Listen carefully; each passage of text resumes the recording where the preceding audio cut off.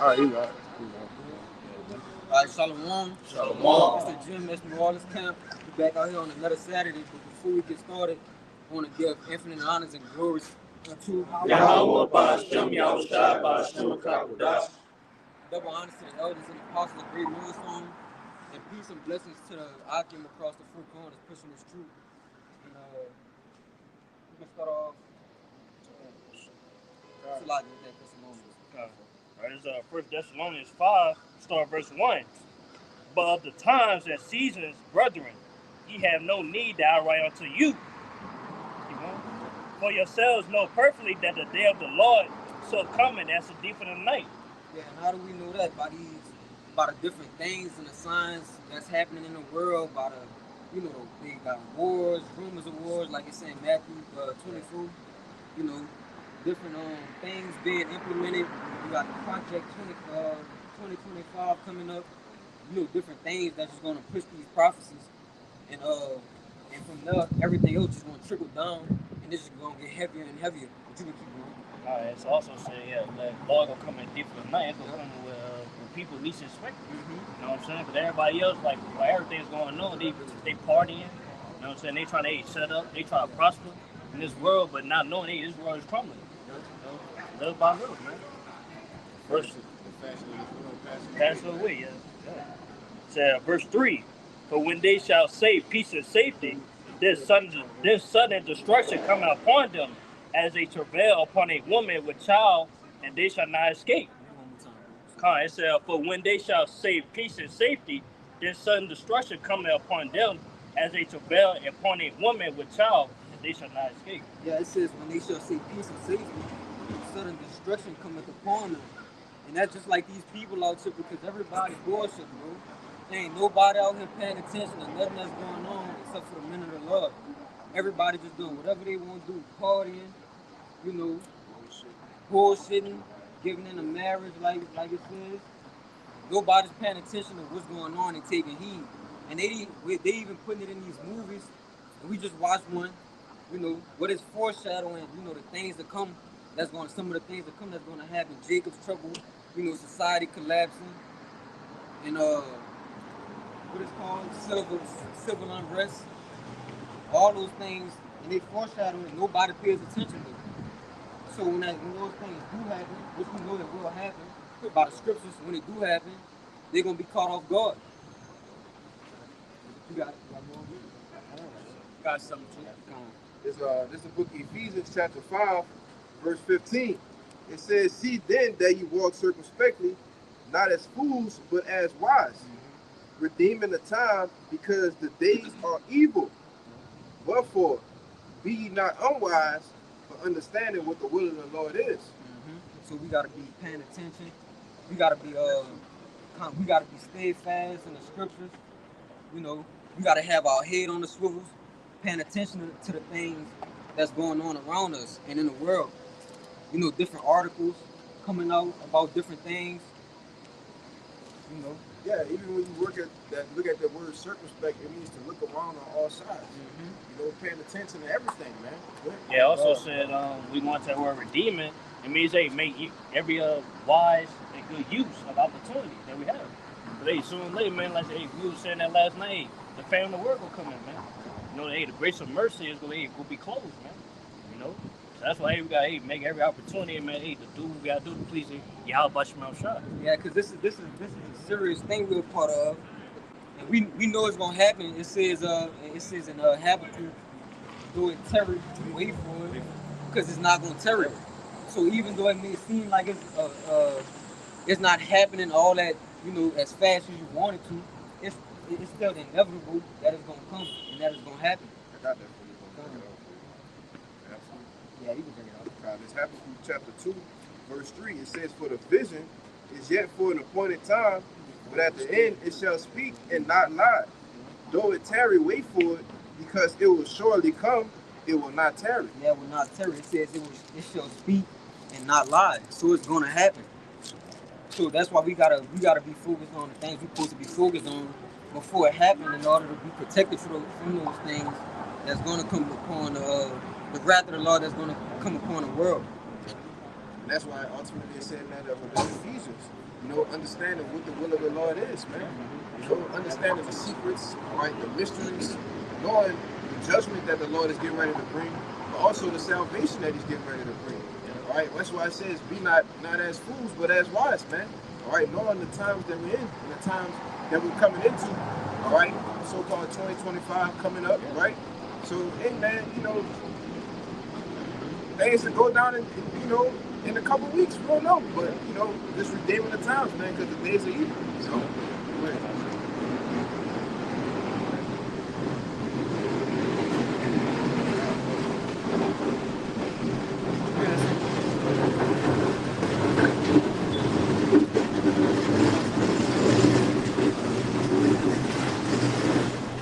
Yeah, you mentioned it earlier. It's the book of St. Luke, chapter 17, and verse 26, and it reads, and as it is written, and as it was in the days of Noah, so shall it be also in the days of the Son of Man. They did eat, they drank, they married wives, they were given in marriage until the day that Noah entered the ark, and the flood came and destroyed them all. So the same things they was doing back then, and those same people, they're the same people doing the same things now today. Marrying, giving in a marriage. What it says again, brother? Read it again. It said, they did eat, they drank, they married wives, they were given in marriage until the day that Noah entered into the ark, and the flood came and destroyed them all. Yeah, everything was doing what they supposed to be doing. Everything doing everything but watching. You got more? Yeah. Come on, go ahead. Verse 28, it reads, likewise also as it was in the days of Lot, they did eat, they drank, they bought, they sold, they planted, they builded. But the same day that Lot went out of Sodom, it rained fire and brimstone from the heaven and destroyed them all. Because it was too late by then. Because nobody wanted to do what they were supposed to do when they had the time to. Just like these people out here, they see, man, it's countless of people who see the men of the Lord on all these corners around the world, these different states, these popular what is called? Cities? Yeah, but in the cities where a lot of people pass by doing shit like that, high traffic areas, and they just pass up the men of the Lord, and nobody don't think twice about it. Yes, they're on social media as well, like YouTube. Yep. That's the main platform. And also Instagram, Twitter, TikTok. It's all over. And everybody just ignore it. So they're going to get caught up in that fire in the Lord's wrath, just like they did back then. Ignorance is unbelief. That's why I tell you, don't let the incredulity trouble you, right? Because it's just unbelief. That's why they ignore shit. You know, it's just to wag the hand at, right? Go ahead. Let me get that first. This is 2 Peter chapter 3, verse 10. It says, but the day of the Lord will come as a thief in the night, in which the heavens shall pass away with a great noise, and the elements shall melt with fervent heat. You know, backing up that brother, which he with the whole situation with Lot. You know, the elements was melted with fervent heat. That's still historical facts. All right, over there in Sodom and Gomorrah. All right, in those other cities, to show these sulfur balls. All right, that was literally rained down from the heavens, man. You know, it says the earth also and the works that are therein shall be burned up. Seeing then that all these things shall be dissolved, what manner of persons are ye to be in all holy conversation and godliness? Yeah, so what manner of person are we to be, knowing these things are going to happen, knowing, you know, the world about to be destroyed with fire, knowing Jacob's trouble is coming, and all these different things. So what mindset should we be in? I might get that word conversation for you. Come. That's That's the word conversation in the Strong's G 391 and the Strophe. And the Strophe, it says your manner of life, your conduct, your behavior. Yeah, not in no partying spirit like the rest of the world is. Because those are the same people who gonna get caught up in that fury, in that heat. In the NLT, back in 2 Peter 3:11, it says, since everything around us is going to be destroyed like this, what holy and godly lives should you live?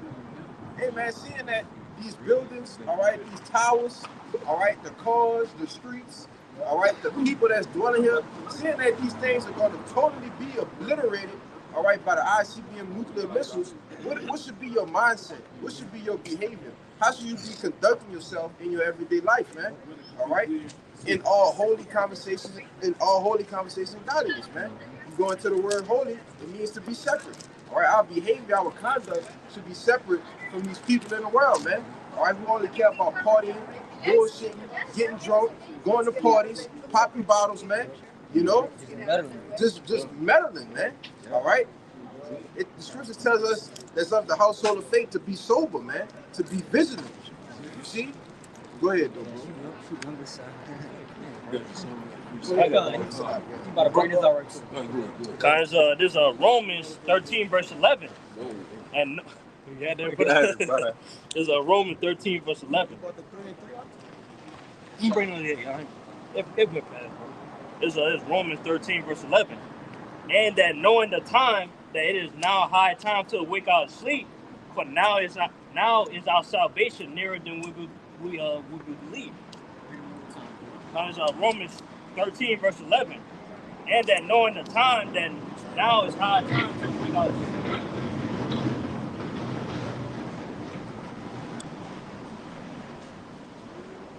And that knowing the time that it is now high time to awake out of sleep, for now is our salvation nearer than what we believe. Yep. Our salvation is nearer than we believe. And every day, because the scripture says right here, our salvation is nearer than we believe. And every day, it's nearer and nearer, but it's already nearer than we believe. You see what I'm saying? So there's no telling when everything of these things could pop off. That's why we gotta have our hand on the plow. You know, when those things do happen, we could be so when those things do happen, we could be, you know. Oh, we have faith stored up, man. We got treasure stored up. Things that we can continue to walk in the faith with, man. All right. These works that we doing on the highways and byways, this is what's gonna last us in the times of trouble that the brother's speaking of, man. You know, and you already got 2025 looking like it's gonna be a pan out of what 2020 was, man. All right, we know how that started. But go ahead, bro. Oh, that brother has something too. Yeah, that was it. That's how you about to get in. That's what I had. Proverbs chapter 22 and verse 3, a prudent man foresees the evil and hides himself, but the simple pass on and are punished. A prudent man foreseeth the evil and he hided himself. And how do we hide ourselves? That prudent man, that wise man, we hide ourselves by, you know, dealing with the scriptures, believing in it, you know, studying the scriptures, you know, under the mercy, trying to obtaining mercy from the Lord by doing His work and His will. I still got that Isaiah for you. Like I said, quick one for you. Yeah, also, we hiding ourselves by having this wisdom and knowledge to abstain from the ways of this world. You know what I'm saying? That's wicked, man. I got that too. But back on what you just said, the 2 Peter chapter 1 verse 10, it says, "Wherefore the rather, brethren, give diligence to make your calling and election sure. For if you do these things, ye shall never fall." And that's what the brother is alluding to, man. Being diligent, studying the scriptures, man.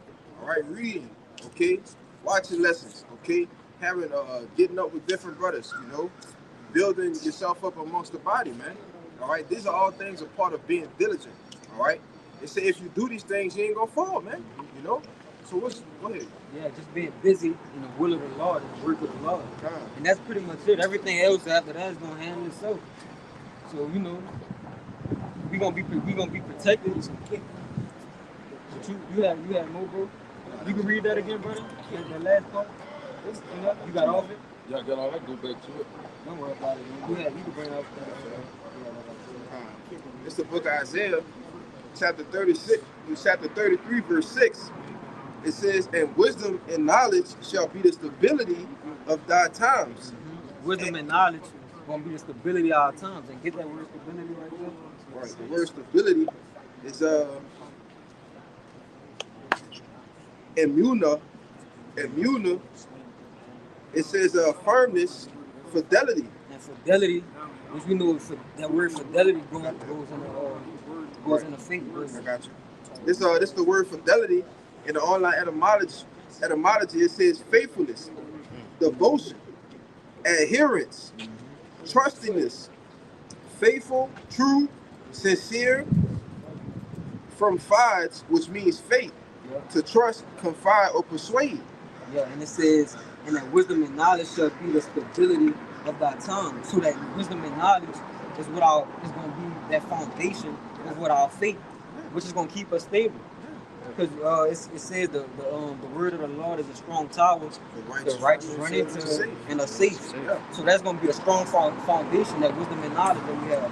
Hey, but not only that, you're actually going to know what's going on. When the shit starts to pop off, people are losing their minds. All right, you seeing heads going down the street. The wisdom and knowledge is what's going to actually keep us stable. It's actually going to keep us stable. Why? Because we know the word of the Lord is being done, man. What's the rest of that precept? It say what? It's the treasure of his salvation. Yeah. And the treasure is what? Precious. Yeah. Right? That's the preciousness of his salvation, man. That wisdom and knowledge. Salvation also goes into your faith. You know what I'm saying? So what you believe in. That's how you That's right. say. Your faith and work goes hand in hand. Yep, I read it again. It says, "And wisdom and knowledge shall be the stability of thy times, and strength of salvation. The fear of Yahweh is his treasure." The fear of the Lord is his treasure. And that's why we're doing these things, you know, in order to obtain that mercy through that, you know, us having fear in the Lord. So in that day, we could be, you know, we could be protected, you know, from the same troubles and perils that's going to be happening all around us. Yeah. Hey man, what they say in Psalms the 91st chapter, man. That right here. Oh, oh, beautiful. Bring it out, brother. Psalm chapter 91 and verse 1. And he that dwelleth in the secret place of the Most High shall abide under the shadow of the Almighty. Yeah, how do you dwell in the Lord's secret place, man? All right, by it being here in the sanctuary amongst the other men of the hopeful elect, man, who ought to be the elect. You see, that's the secret place of the Most High. You know, the elect of the, what do they say, the chosen of the chosen, man. That's it. You know, Israel chosen, but the elect is chosen out of Israel, man. You know, go ahead, bro. I want to say too, it ain't about being in the sanctuary, it's about staying in the sanctuary. You know what I'm saying? Because according to Matthew 24, he that do it to the end, the same shall be saved. We're going to tell where to do it means to remain. So it's all about remaining in the sanctuary. You ought to be protected in those times. Psalm 91 and verse 2 says, I will say of the Lord, he is my refuge and my fortress, my power, in him will I trust. Verse 3 said, surely he shall deliver thee from the snares of the fowler and from the noosome pestilence. Yeah, so we gotta have that faith and that trust in the Lord that he is gonna be with us in those times. Cause it's one thing to say it, and you know it's not really happening yet, but it's a whole nother thing when those you seeing bodies drop right in front of you, and you got all different kind of things going on. It's another thing to have that, you know, that mentality when those things is right in front of you and it's happening at that time, happening during that time. You got more? Yeah, that's more. Verse 4 said, he shall cover thee with his feathers, and under his wing shall thou trust. His truth shall be thy shield and buckler. Verse 5 said, thou shalt not be afraid for the terror by night, said, nor for the arrows that flies by day. Verse 6 said, nor from the pestilence that walketh in darkness, nor from the destruction that wasteth at noonday. Verse 7 said, 1,000 shall fall at thy side, and 10,000 at thy right hand, but it shall not come nigh thee. You want to speak about it? Con, you read that last verse one more time, bro? All right, verse 7 again, it says, Psalm chapter 91 and verse 7 said, 1,000 shall fall at thy side, and 10,000 at thy right hand, but it shall not come nigh thee. Yeah, it should not come nigh thee. So those things are not going to trust the men of the Lord and the men who've been plowing and putting that work in, you know, from when they, you know, whenever they woke up or whatever, all the way to those times. You know, not stopping, being fervent, being steadfast. Those are the men that's gonna have that protection from the Lord. Yeah, how we gonna be protected, man? By those chariots, man. But that's represent that feather. They go that we could be coupled with. You know what I'm saying? And the angels, man, because they, like Scripture said, I think also said so. Man, when the Lord will have each angel around his elect men. That's right. That time, man, to protect us. Intervention don't take place, on that time. Because the Lord's gonna help us in ways that we don't know how. So we live in some very special times. We see in the prophecy constantly speaking loud. Rumors of war, earthquakes in diverse places. All these different events are happening. Calamities, events around the world simultaneously. Because we're living in the end time right now. So right now it's high time to what the prophesy. You got it,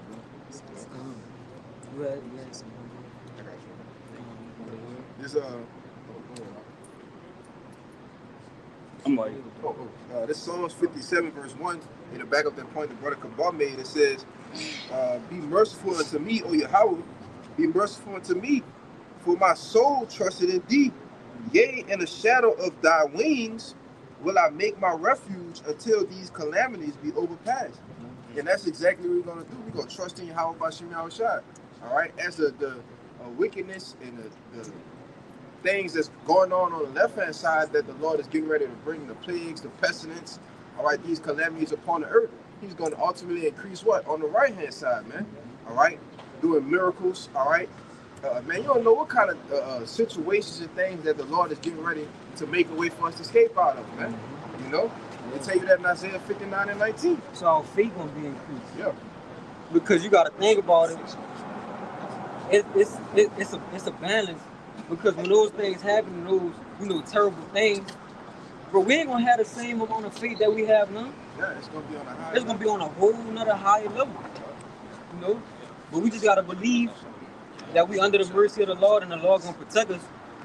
If you could get Sirach 2 and 10.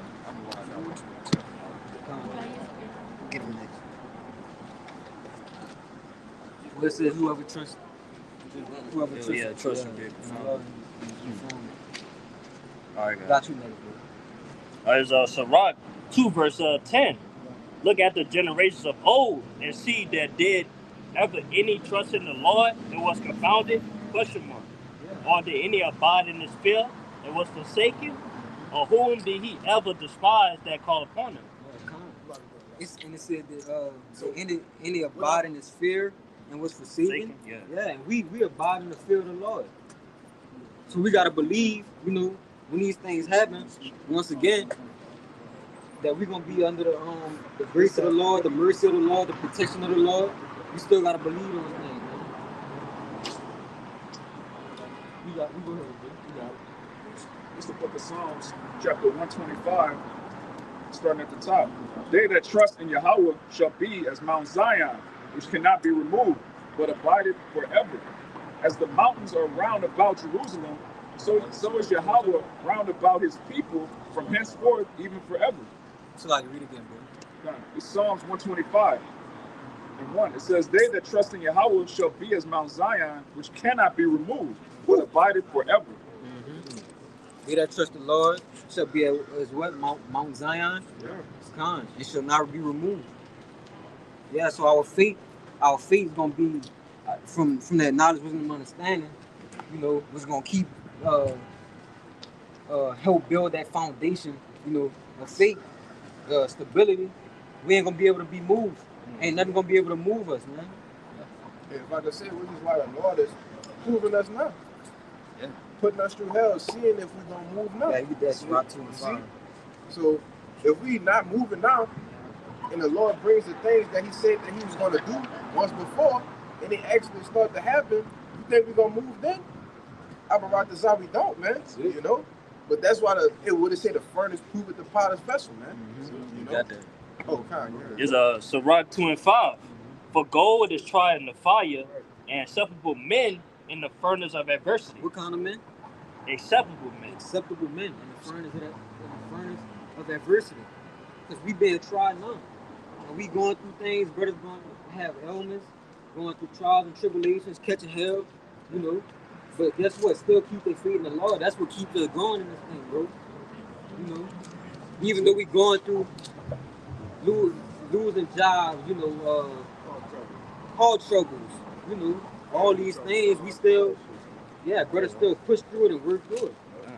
And then you look back on it like some of the things you went through. You look back on it, you be like, man, damn, I'm glad I went through that, because you become better after that, man. That's right. I got something to back you up. This is 1 Peter 1 verse 6. Wherein ye greatly rejoice, though now for a season, if need be, you are in heaviness through manifold temptations, that the trial of your faith, being more precious than fine gold, that perish, though it be tried with fire, might be found unto praise and honor and glory at the appearance of Yahushua. You want to speak on it? Yeah, I want to say, yeah, that's why we're being tried. Because, hey, so we can build our faith up, man, even stronger and stronger to where, hey, you know, it'll be removed when that time comes, man. You know what I'm saying? Because, hey, we about to go through the most difficult shit we ever been through our life. You know what I'm saying? So, hey, we got to make sure, hey, our faith stays strong, man. You know, to where we'll be moved, man. Because we about to be tried like never before. Never before. You go see what that's in the book too. That might be him. You had one? You had one, bro? Luke chapter 18 and verse 7, it said, and shall not God avenge his own elect, which cry day and night unto him, though he bear along with them. Verse 8, I tell you that he will avenge them speedily. Nevertheless, when the Son of Man cometh, shall he find faith on the earth? Come. He gonna find faith upon the earth. And he gonna avenge us. And that's what we believe, and that's another thing that keeps us going, bro. We got the hope of salvation. You know. We know the Lord coming back, you know, to rescue us from this wicked ass place and for us to reign under him for eternity, for the rest of eternity. See, that was a question. That's a question, yeah. Let me read again, verse 8. Luke chapter 18 and verse 8 again, it says, I tell you that he will avenge them speedily. Nevertheless, when the Son of Man cometh, shall he find faith on the earth? Yeah, it asks the question. When Yahushua make his return, shall he find faith on the earth? And the answer to the question is yes. That's it. All right. The men of the Lord, the elect, the 144,000, all right, the rest of the elect are going to be the ones that's going to stand firm, okay, and constantly believe that the Lord is going to come back to save them. Hey, man, in the bleakest time, man. That's it. All right, in a time where it looked like, man, I don't know. Man, no, the elect are still going to have that faith to say, man, I know the Lord come and get us, man. That's it. You know? And then, like, before he said that, yeah, the Yahushua, he was making a parable of somebody that's cried day and night. They keep on crying, saying that certain judge, he came upon him, he answered. That's right. So, hey, the same thing was, so we crying out, hey, man, for the abomination thereof. Hey, sooner or later, man, Lord, he gonna fulfill his promise, man. He gonna deliver us. You know what I'm saying? Because it's like the same thing. It's like you're a parent, and your child keep crying for this and that, for a toy or for food and shit like that. You gonna give it to him so he can stop crying, man. That's it. So you're saying that way, Lord will do for us, man. You know, he gonna deliver us, man. If we keep crying out, man. Let the Lord get ready to execute that judgment. You know, that's what we're waiting on. Mm-hmm. Downfall of America. You're ready to get out of this nightmare. Get back in our first state. We ready to rule. Not ready to rule. You're getting ready to die. You got it. I like that. I got something for you. All right, Kyle. This second address 8 and 33. Because backing up the point, you know, and what I've constantly been harping on is those that are doing what? Doing the works, all right, laying up in good treasures, all right, are going to be the ones that are safe and protected in these times. Second address 8 and 33, it says, for the just, which have many good works, laid up with thee. And laid up with who? Yahweh Ba'ashem Yahushua, man. Who the just, the elect, all right, the hopeful elect, man. All right, that's constantly putting up more and more works, man. You know, it says, shall out of their own deeds receive reward. All right, so out of our own works, out of our own deeds, we're going to receive the reward of salvation out of one right this out, man.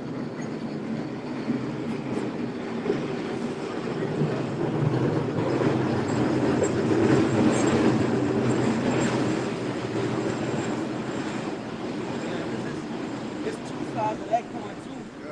Because the people, you know, these wicked ass people, these 2/3 and shit like that, they still got a reward coming, bro. They still got a reward they gotta reap. Just so on the other hand, you got the men of the Lord who gonna reap that, you know, that good reward. There's still a reward at the end of the day because it's consequences for whatever works you have, either good or bad. So you got bad, you know, you got wicked deeds, you're gonna get the bad consequences. Yep. And it's vice versa. It's the same thing on the other side. You put up those good works, you get good. You reap good consequences. You want to say something Real quick. It's Revelation 22:12. This Yahweh Shai speaking. It says, "And behold, I come quickly, and my reward is with me, to give every man according to his work shall be." To give every man according to what? According to his work. According to his work. Come on.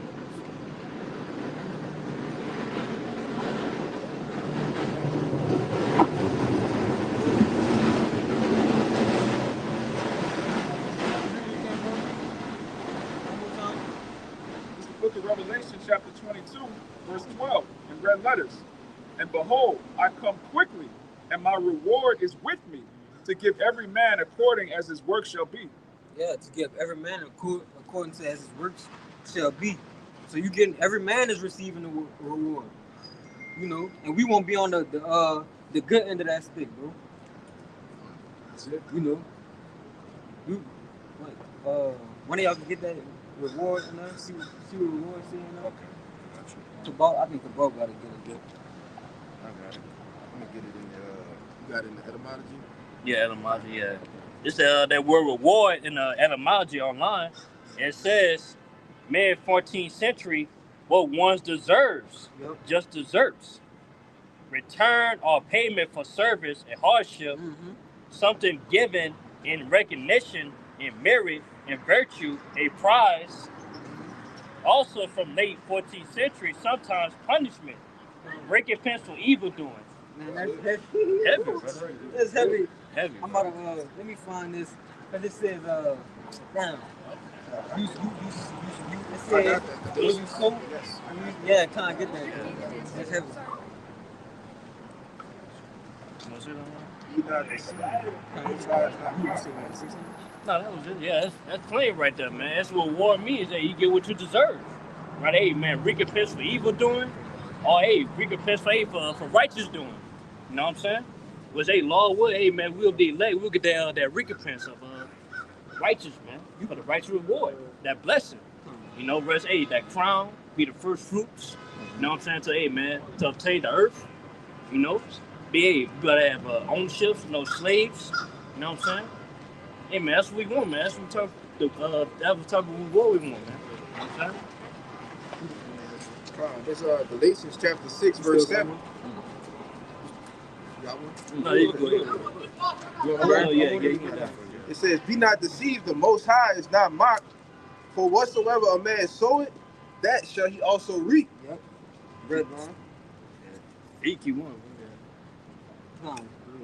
Verse 8, it says, "For he that soweth to his flesh shall of the flesh reap corruption." All right, sowing into the things of this world, man. It says, "But he that soweth to the Spirit shall of the Spirit reap life everlasting." Yep. So we want to sow into the spirit, so we can receive that, you know, that good reward, and not that punishment, that harsh judgment. Yeah. Them crowns, man. That's what we want. We want them crowns, man. All right, the ones Yahweh Shai is going to personally put on each brother head, man. All right, that's what we want. Go ahead. Yeah, like, hey, brothers kind of said last week, hey, attain power first, man. Yes. If we get power, everything else will come follow, man. Yeah, that what's that one that brother Amawad like? What it is, Amawad? Exousia? Exousia. Yes. Exousia, man. Hey, man, go look up the word exousia in Revelations 2:25. I'm gonna get it, matter of fact. Yeah. Go ahead, bro. Cause yeah, like you know, Jakes in this world, they trying to see their fleshly desires, right? You know, a job, you know, glory, any type of glory on this side. You know what I'm saying? The women, you know, a family. You know what I'm saying? A nice house. You know what I'm saying? things like that, man. Yeah, at the end of the day, man, we gotta take power first, man. We're gonna see that, man. A hundredfold. A hundredfold, man. Even better. It's gonna be even better, man.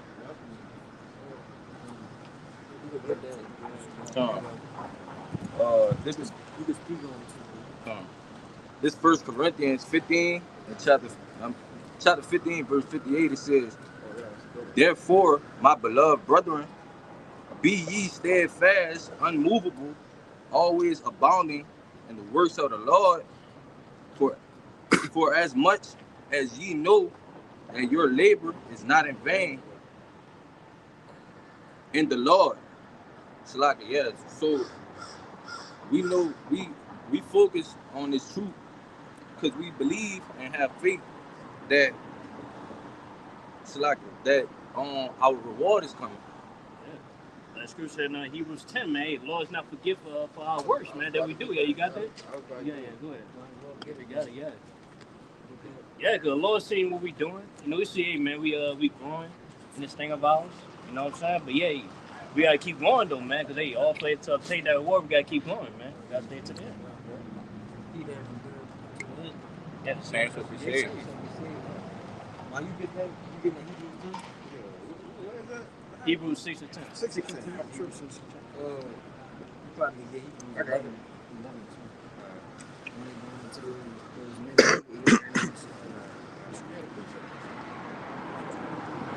This Hebrews 6 and 10, it says, "For our power is not unrighteous to forget your work and labor of love, which ye have shewed toward his name, that ye have ministered to the saints and do minister. And we desire that every one of you do shew the same diligence to the full assurance of hope until the end." So our works and our labor of love, you know, us taking out, you know, time. And look, we on a Saturday, bro. We could be doing anything in the world, bro. Like I said, we, you know, the men of the Lord, they forsake time with their families, children, you know, pass up on jobs. You know, the Lord see all them things, bro. Hey, if I could say, the greatest sacrifice in this captivity that we can give to the Lord is our time, man. You know? Yourself. And ourselves, yeah, that goes into our time. Ourselves, our time, all right? That's the greatest sacrifice that we can give the Lord. Because a lot of the people that's in the world are selfish, man, all right? They're not willing to take their time on a Saturday, all right? One of your off days, all right, out of the week in this captivity. Jake work 5-6 days a week, all right? But on this one day every week, I'm going to make sure I'm at camp, all right? I'm going to make sure I'm doing something for Yahweh B'Shem Yahushua. But not just on this one day, days throughout the week as well, man. You know? Despite not, you know, always feeling like it, or despite, you know, whatever trials and tribulations you're going through, you know, we still do those things, and the Lord is not unrighteous to forget, you know, those, us putting that effort in. Yeah. Our labor not in vain. Yep. Basically, if you ain't seeking the Lord, you're seeking death. Yeah. Plain and simple. You know? So it is. You want to get, you got something? I got something. Go, just real quick, this is the book of Romans, chapter 12, verse 1.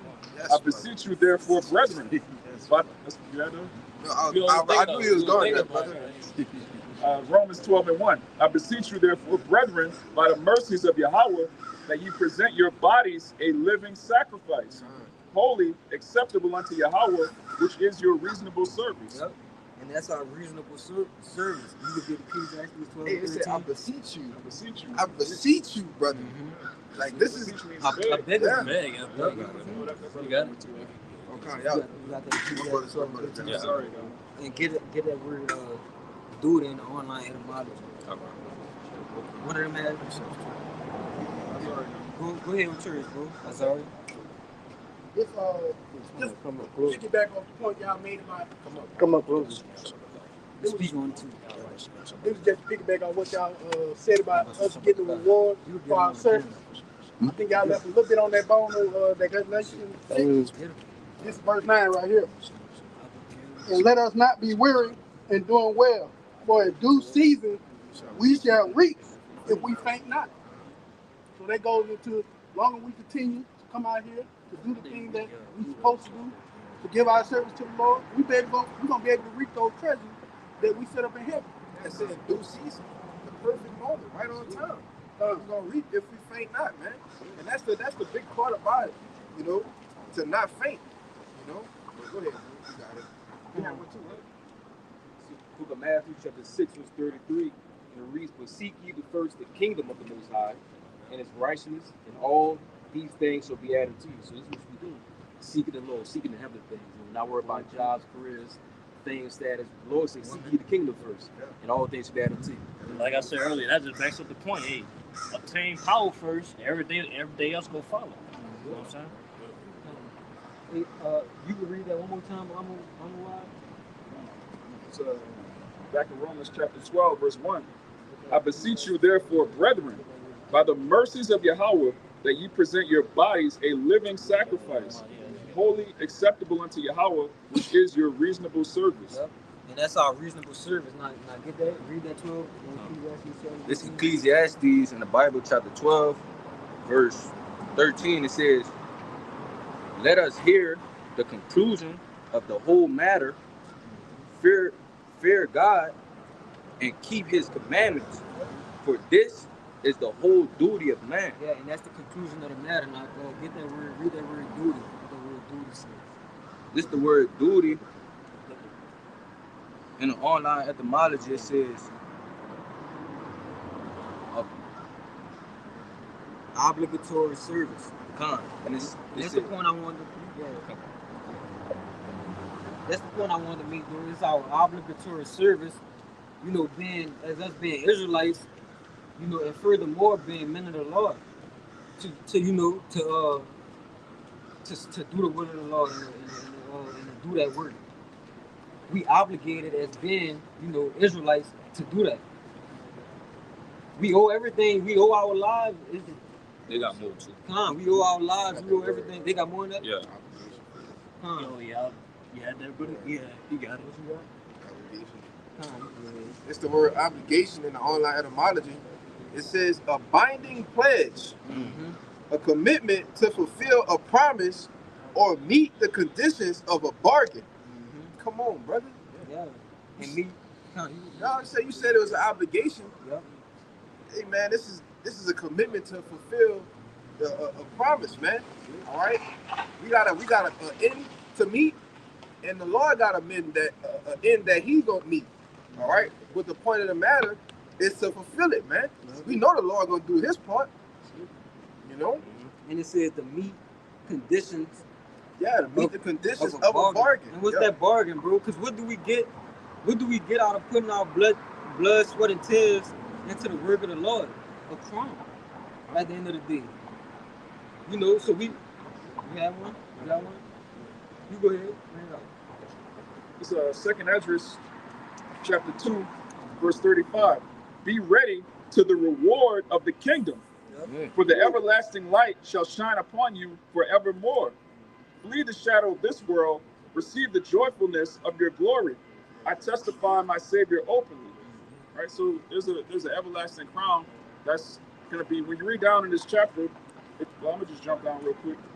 It says, verse 42, "I, Ezra, saw upon the Mount Zion a great people whom I could not number, and they all praised Yahweh with songs, and in the midst of them there was a young man of a high stature, taller than all the rest, Yahushai, and upon every one of their heads he set crowns, and was more exalted, which I marveled at greatly."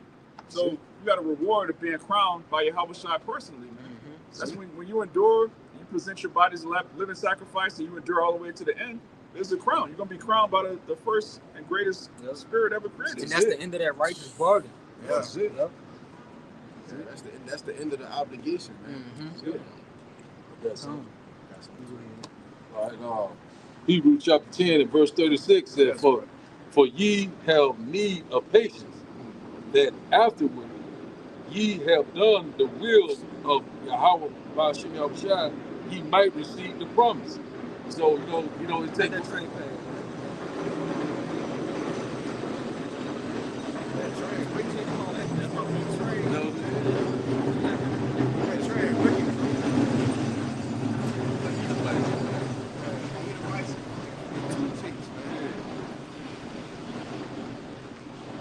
All right, We'll start from the. We read it from the top where you started. Yeah, I'm gonna start back over. Hebrews chapter 10 and verse 36 said, "For ye have need of patience, that after ye have done the will of God, ye might receive the promise."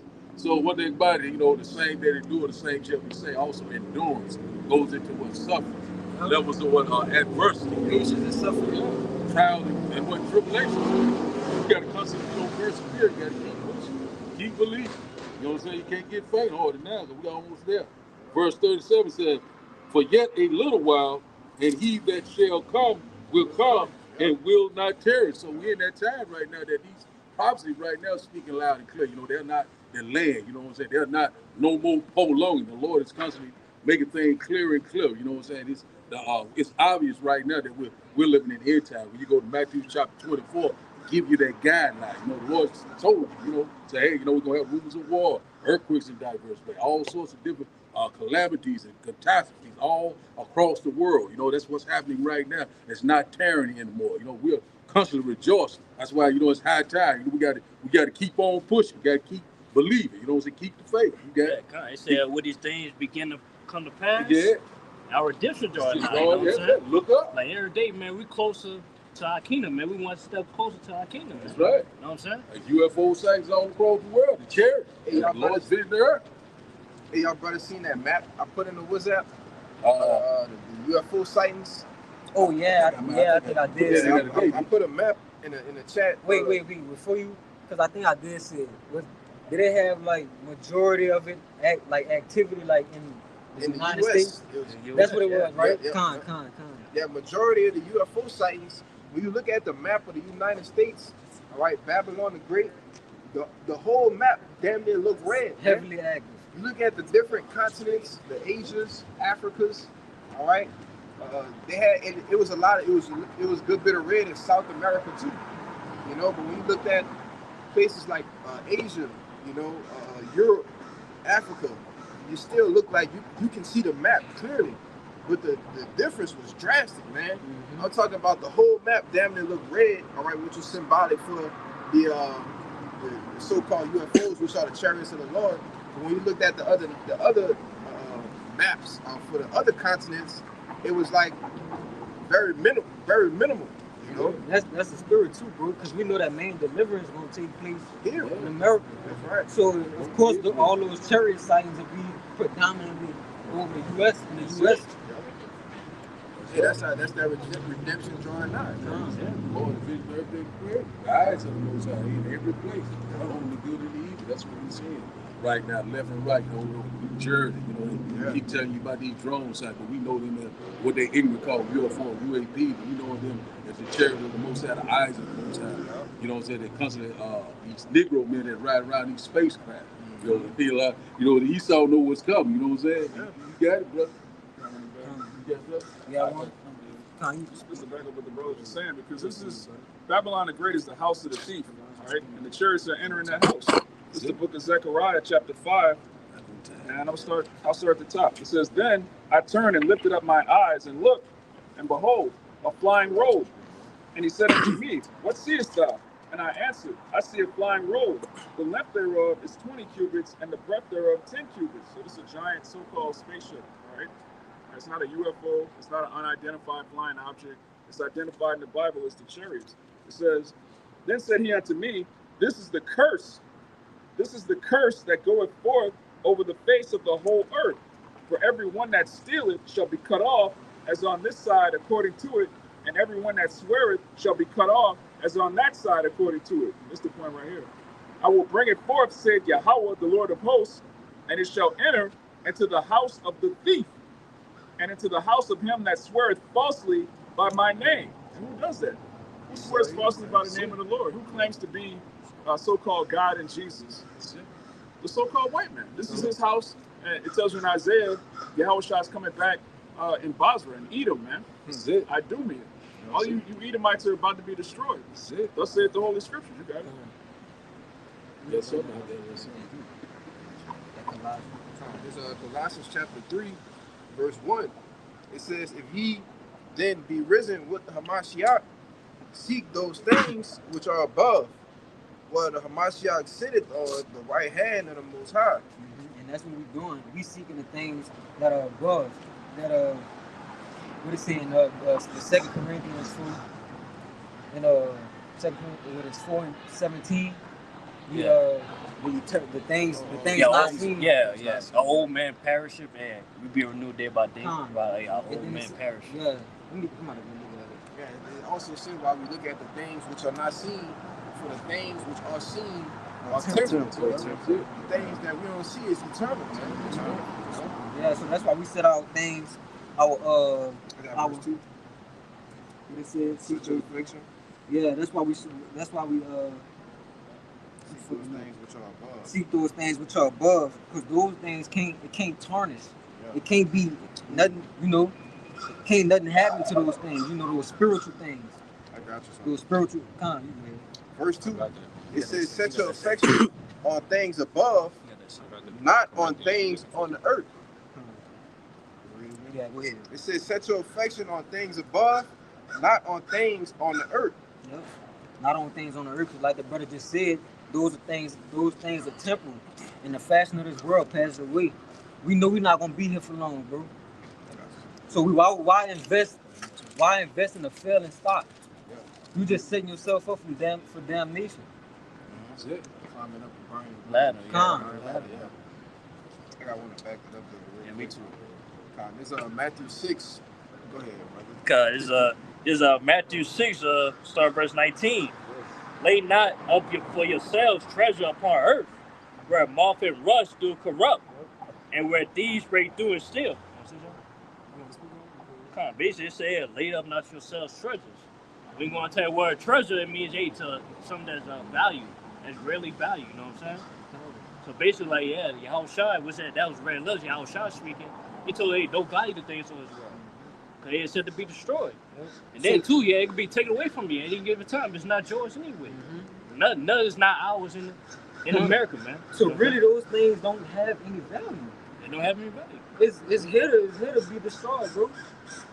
So it wouldn't make sense to try to hoard up and gather, earn a reputation in this world, money. We dead to this world for Yahweh's sake, man. Yeah, that's another thing, bro. Like, you probably get a job, a higher position job, that could be taken away from you like seconds away, man. By somebody better or not, man. You know what I'm saying? Or you try to see a house, that shit could be burnt up, man. It be broken into. Car, you might get a car, man. It might get all type of maintenance on that shit, man. You know? So anyway, shit could go wrong, man. Everything we get on this side. We don't have no hope in the things of this world, man. Yeah, I got more on that. So, verse 20. But lay up for yourselves treasures in heaven, where neither moth nor rust do corrupt, where thieves do not break through nor steal. So we work towards those things that can't be touched. Because once we earned it, it's ours. And that's the ultimate reward that we seeking and that we looking for. That spiritual, first and foremost, those crowns. Because after that, everything else trickles down after that. We're going to receive everything under that, dominion, power, respect, righteousness, for eternity. Yeah, everything Jake want on this side, but even better, even more. You know what I'm saying? And then, we'll have everlasting life, man. We were able to, enjoy those things forever and never, man. You don't want the crumbs off the east side of the table. You don't want that. The hours come. You want the reparation. Yeah, we want that divine reward. That's it. You had something, bro? Yeah, I had that. That 2 Corinthians. Yeah. This 2 Corinthians 4 and 18, it says, Let me see. You say you started at 18? Yeah. You can start at 17. This 2 Corinthians chapter 4, verse 17, it says, verse 16, it says, for which cause we faint not, but though our outward man perish, yet the inward man is renewed day by day.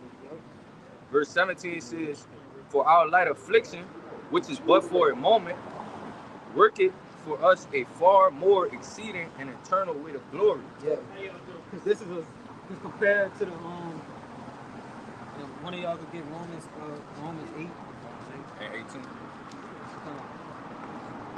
It's 8 and 18.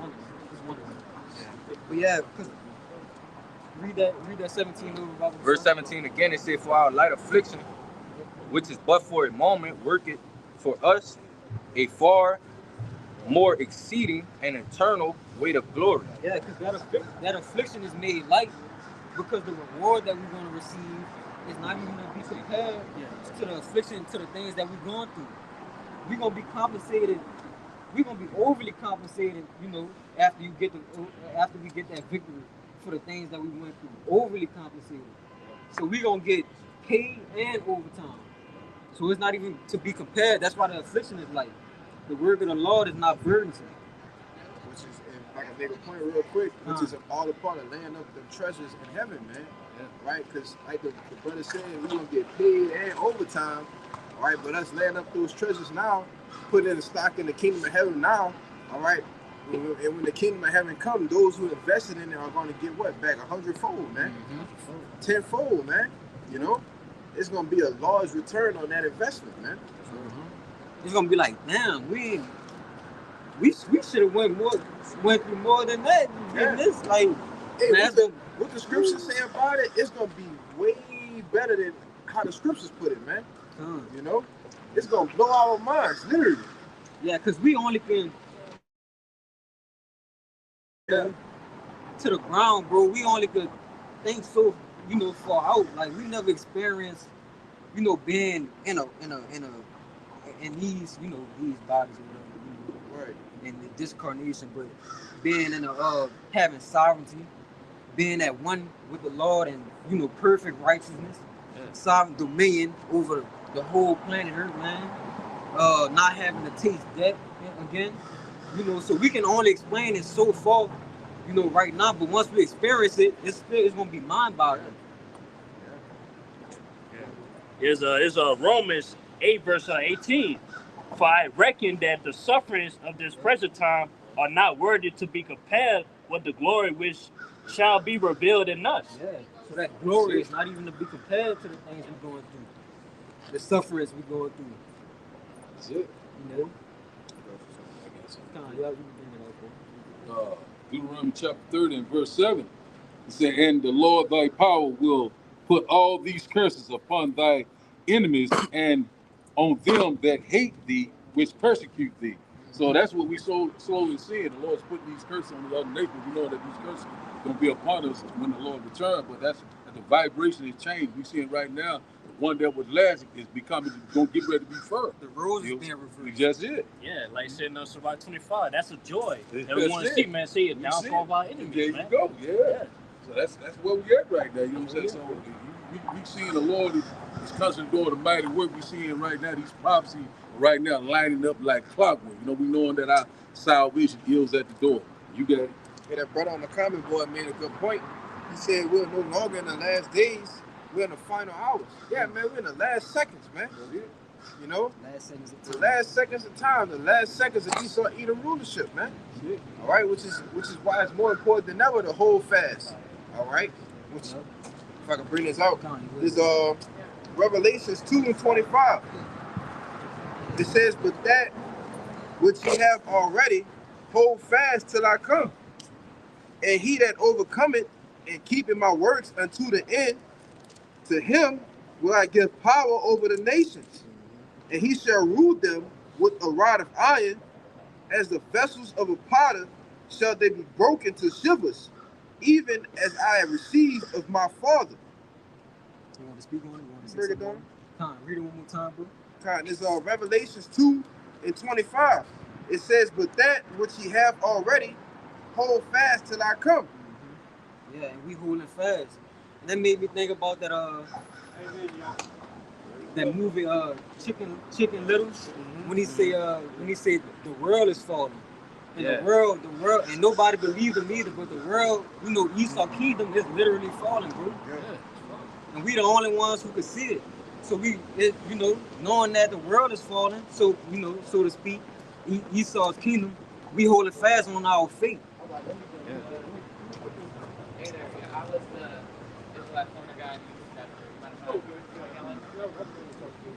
You got it. I think you can fall for 2. It's verse 26. It says, and he that overcometh and keepeth my works until the end, to him will I give power over the nations. And it's that word power. It says a power, the power of choice. Right now, keep in mind, this is what Yahushua said he's going to give us, man. Yeah. All right, he said he's going to give us power over the nations. All right, go ahead. Yeah, like I was saying, brother. Like I've been saying, y'all shot for the pillars on, man. Y'all shot for the pillars on, man. Yeah, He about to break bread. gotta break bread. You got to bless the God, son. Bless the God, son. New body, spiritual power, a little more challenge. You know what I'm saying? You get it all. Yeah. It says,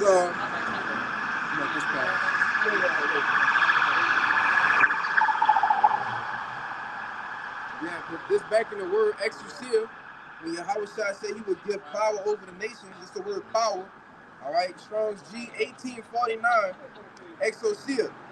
It says the power of choice, liberty of doing as one pleases, physical and mental power, the ability or strength with which one is endued, which he either possesses or exercises.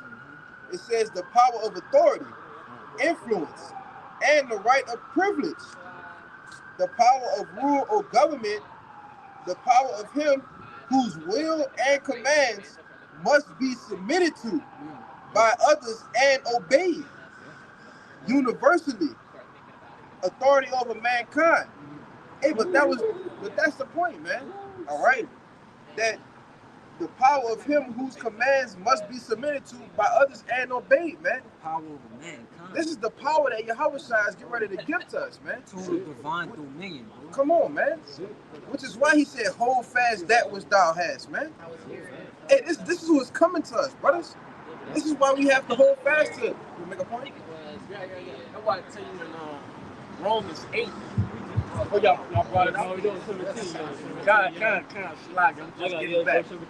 Y'all got it. It's Romans 8 verse 17.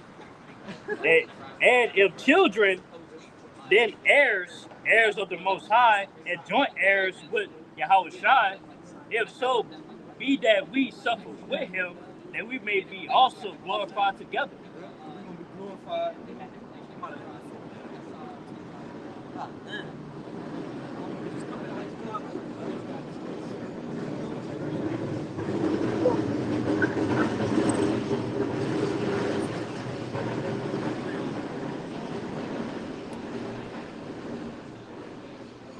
Alright, so Romans 8 verse 17 again.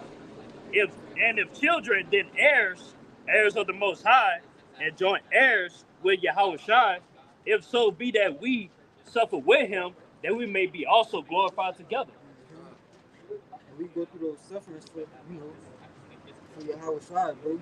I'm about to get this in Psalms 82 and 6. And you can read that one more time, brother. It's Romans 8 verse 17. Yep.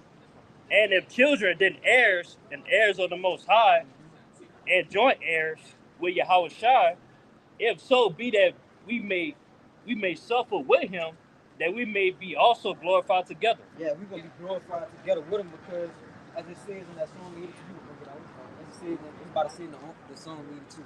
In Psalms 82 verse 6, it says, I have said ye are gods, yep, and all of you are children of the Most High. Mm-hmm. Yeah. Go ahead. Because we was as God, so when we get that, that reward, that's gonna come back around to us. We're gonna get that power and that dominion again. We're gonna be like as God, bro. Those same ones that was with Yahushua in the beginning. Yeah. You see, we're going back to the old days, man, but on a higher level, you know? Yeah, we Yahushua's day one, Lord willing, if we day like, man. What Jake have his day one with him? That was went through the trenches with. You know what I'm saying? He go bless that man. Once he made it to to a higher stature, man. We got a different kind of love from day ones. That's the ones when you make it. That's the ones you put on right. You put them on with you. Y'all got when you make it, they make it, man. Yeah, you make it, they make it. Yeah. That's it. And when we make it, hey man, Yahushua gonna be there to say, hey, your partner died, man. how you say job? How you say job? Oh, he just gonna say Tawab, man. That's a lot. Good. You know, That's it. Job well done. job well done. You gonna drink that new wine, man. Your power by Yeah, we're gonna drink that new wine, man. Yeah. They used to- they always talk about, man. Hey, man, it's gonna be up from them, man. It's gonna be time to crack heads. Yeah. All right. Then you can go to you know, have your families, whatever. You know, the woman, everything gonna come with it, man. With that power that he gonna give us over the nation, man. Yeah, man. Every day and night, man. It's gonna be a party, man. Yes. It's like a party, man. And that power was that's everything. Yeah. No, Must be submitted to.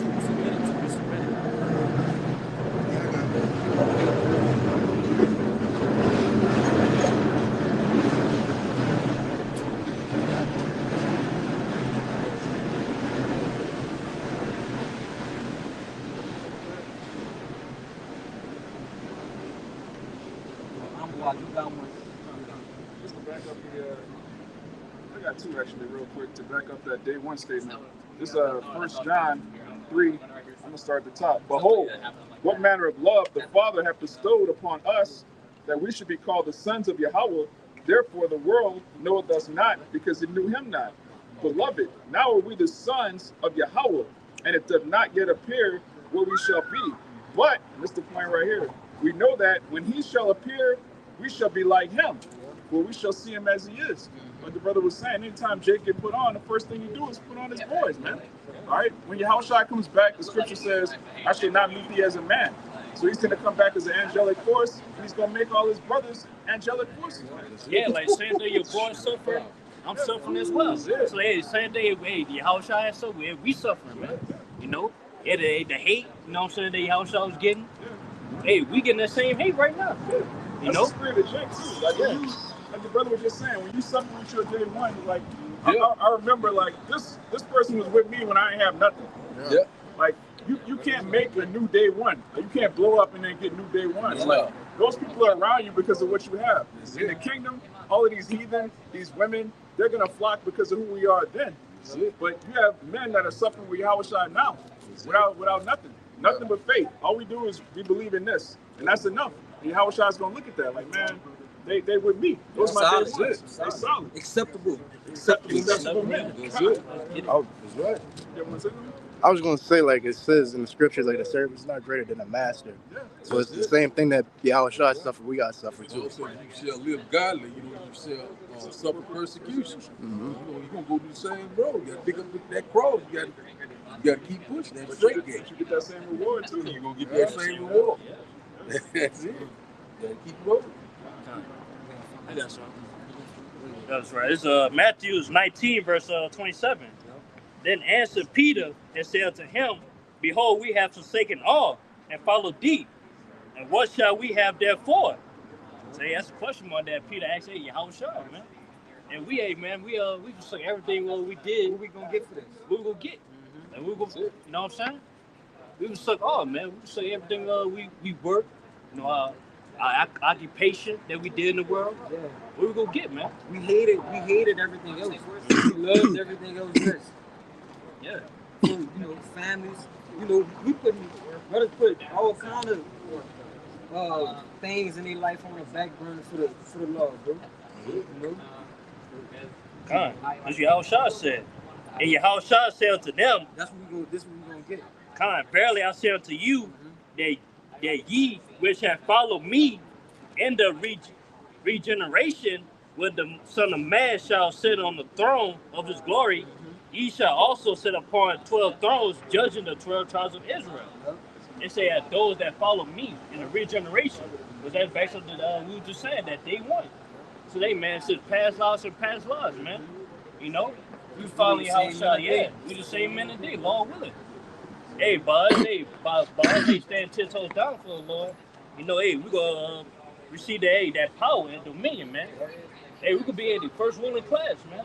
You know, Lord willing. Execute the power of mankind. Yeah. It said also, and everyone that has forsaken houses, or brethren, or sisters, or father, or mother, or wife, or children, or lands, for my name's sake, shall receive 100-fold and shall inherit everlasting life. Yeah, living that righteousness speaking, that fucking lifestyle. Yeah. We gonna lose what we gonna lose as long as we gonna lose our faith. As long as we gonna lose faith in the Lord, man. You got it? You good. Con. Yeah, basically like we forsook all to gain all. In a sense, man. We lost it all today. Receive it all back, man. Even better and more. And this is just a little glimpse of, you know, how things gonna be in the times to come. You know? You wanna say something? This is Isaiah 65:19. It says, I will rejoice in Jerusalem and joy in my people. And the voice of weeping shall be no more heard in her, nor the voice of crying. There shall be no more deaths of infants of days, nor an old man that had not filled his days. For the child shall die 100 years old. But the sinner being 100-year-old shall be accursed. And they shall build houses and inhabit them. You know, we go to the curses in Deuteronomy, the 28th chapter. It said we not going to have it. It said we not going to have the joy of children. You know, it said our children shall die in the street, man. You know? But this is a part of that power, that reward that's going to come with the coming of Yahushua to reward his servants, the prophets, man. It says they shall build houses and inhabit them, and they shall plant vineyards and eat the fruit of them. They shall not build and another inhabit. They shall not plant and another eat. For as the days of a tree are the days of my people, and my elect shall long enjoy the work of their hands. They shall not labor in vain, nor bring forth for trouble, for they are the seed of the blessed of Yahweh, and their offspring with them. And it shall come to pass that before they call, I will answer, and while they are yet speaking, I will hear. So, amen, the Lord said he's going to give us what we ask for before we even say it, man. You know? I got one for you. This Job 33 and 24, he says, then he is gracious unto them and said, deliver him from going down to the pit. I have found a ransom. His flesh shall be fresher than a child's. He shall return to the days of his youth. He shall pray unto his power, and he will be favorable unto him. He shall see his face with joy, for he will render unto man his righteousness. So basically, yeah, like just back in that, but yeah, we could be able to grow old and not having like wrinkles, like old wrinkles, having their old bodies, break it down. And basically, man, like to visualize that movie Hancock, man. Yeah. How he was old, he was like 80 years old, but yeah, he looked like he was 30 or something, man. That's how we're gonna be, man. We're gonna be able to age. We're gonna be able to age, man. Live everlasting life. He was centuries. The Roman Empire, all kind of shit, bro. Still look young, man. He looking like a young man. Yeah. So we're gonna be able to change our appearance. You know, like Yahushua was able to change his face. Yeah, but we gonna have powers on a whole nother level, bro. Like these fiction movies that we be seeing, bro, we gonna outdo that 144 times over, man. Of course, because it's gonna be perfect righteousness. We know we can't fathom. You know, we so low down our minds. We so far to the ground. We can't fathom those. You know, having that kind of power. Right. You know, having all the curses lifted up off us. So we're gonna be on a whole nother level, spiritually, mentally. You know, you want to say something? Yeah, immortality is a future prophecy. Because the book holds a lot of future prophecies concerning the children of Israel. And most of them are what? Profitable into our nation, man. Right? It tell you, and I think Psalms 127, Baba Gashab, a brother can get that, about the nature which the Lord gonna revitalize the children of Israel with, man. All right? Which nature goes back to natural, or the what? The normality or normalcy, man. Right? This is not normal to have gray hairs in our beard, right? To be smaller stature. That's why I spoken about in the book of Esdras that, you know, in the last days we'll be in those small statues, but we're gonna return to our height, our glory, all right? And that's important because a lot of prophecies haven't came to pass yet, right? a lot of prophecies come to pass in the kingdom of heaven, man. You know, so this book continues on. All right, it's a book of continuance. It actually says that, man. You know, because it goes from what, generation to generation. You know, that actually explains the state of the vitality of Israel, man. Y'all got the Psalms? Go ahead, brother.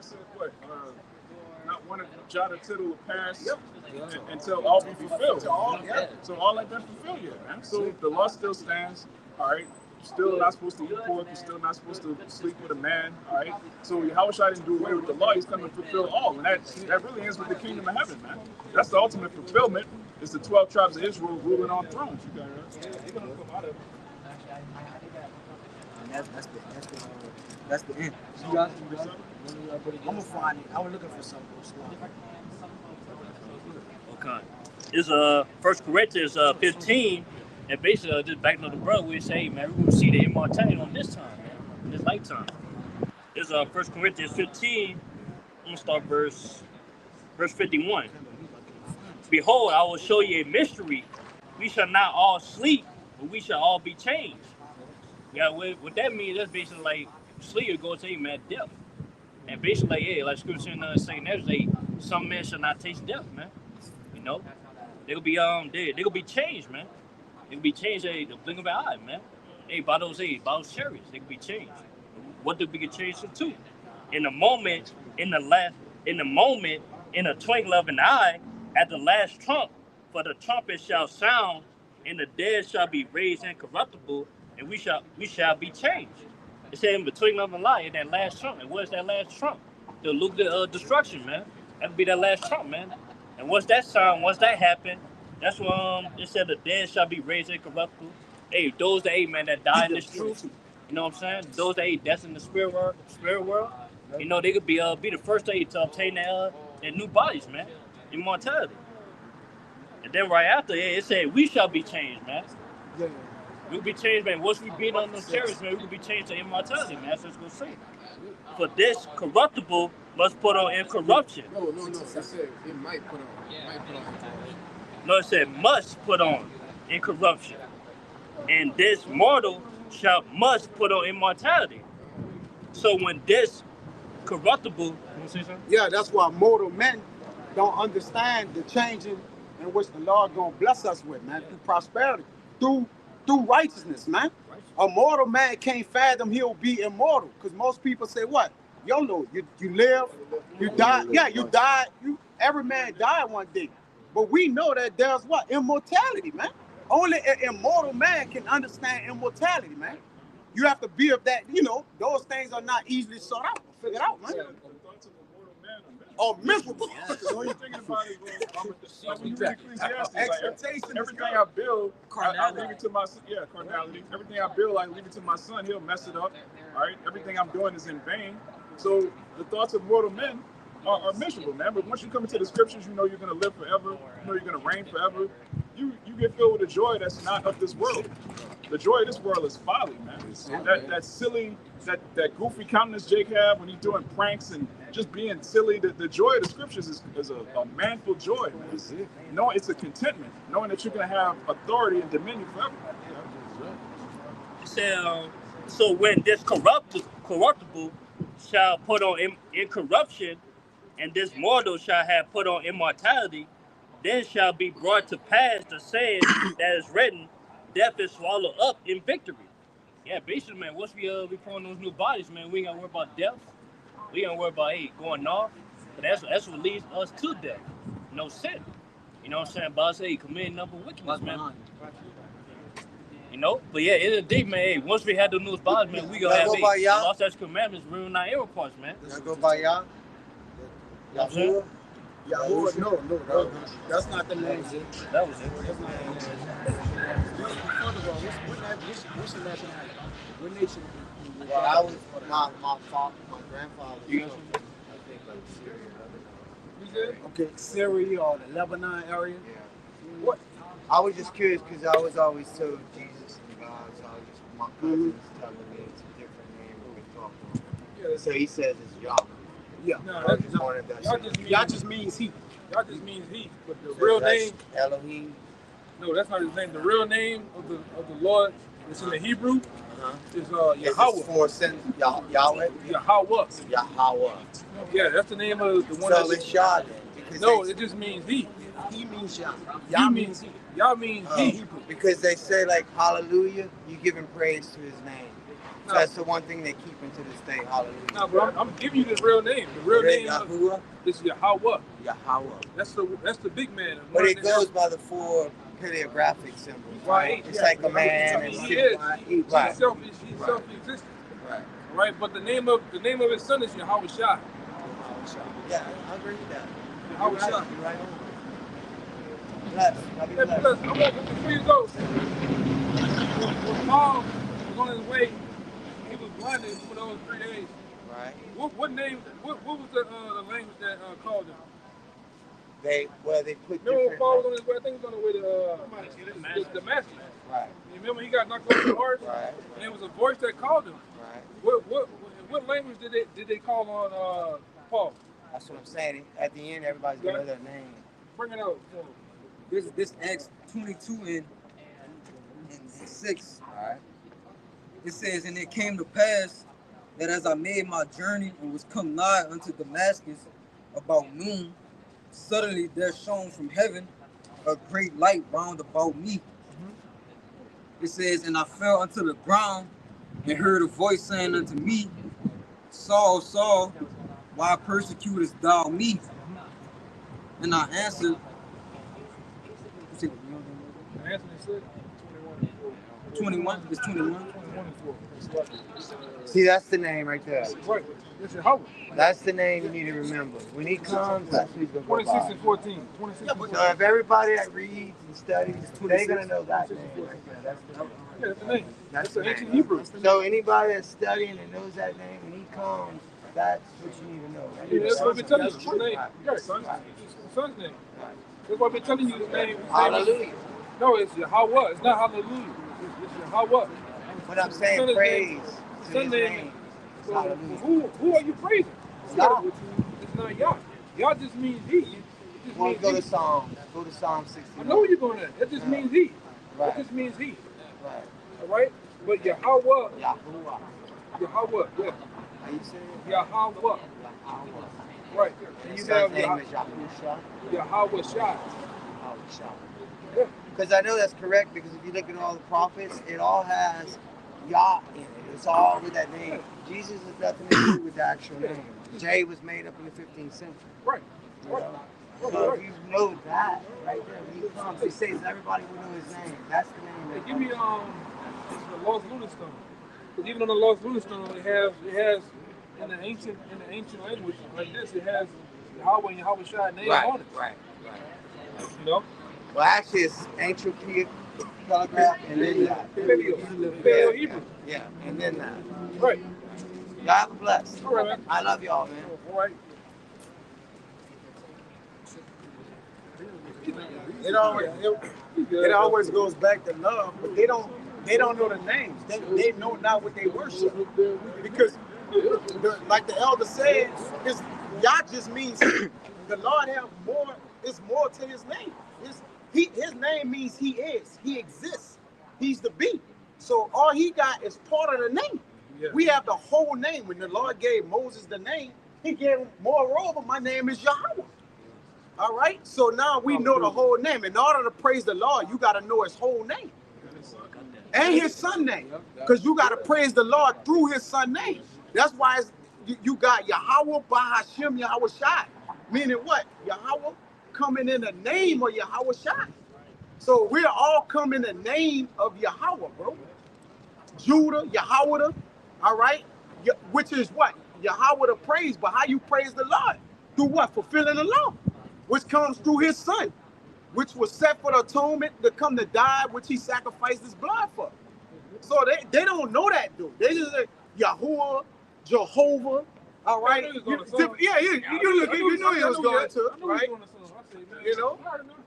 And then the heathen can't worship. Get John 4:22. That's what the Jamaicans on the roster they go to. It's all just saying Yah. Yeah, it's gonna say Yah. Like, of course. It said Jesus Christ in there too. Jah. which means Savior, Anointed One. Right? That's what that would mean. That's a title. That's not a name. It's Greek, first of all. What is his name? What is his son's name? If thou can tell. And that's Greek. He spoke in the Hebrew, which lets you know he's Hebrew. He of the past, man.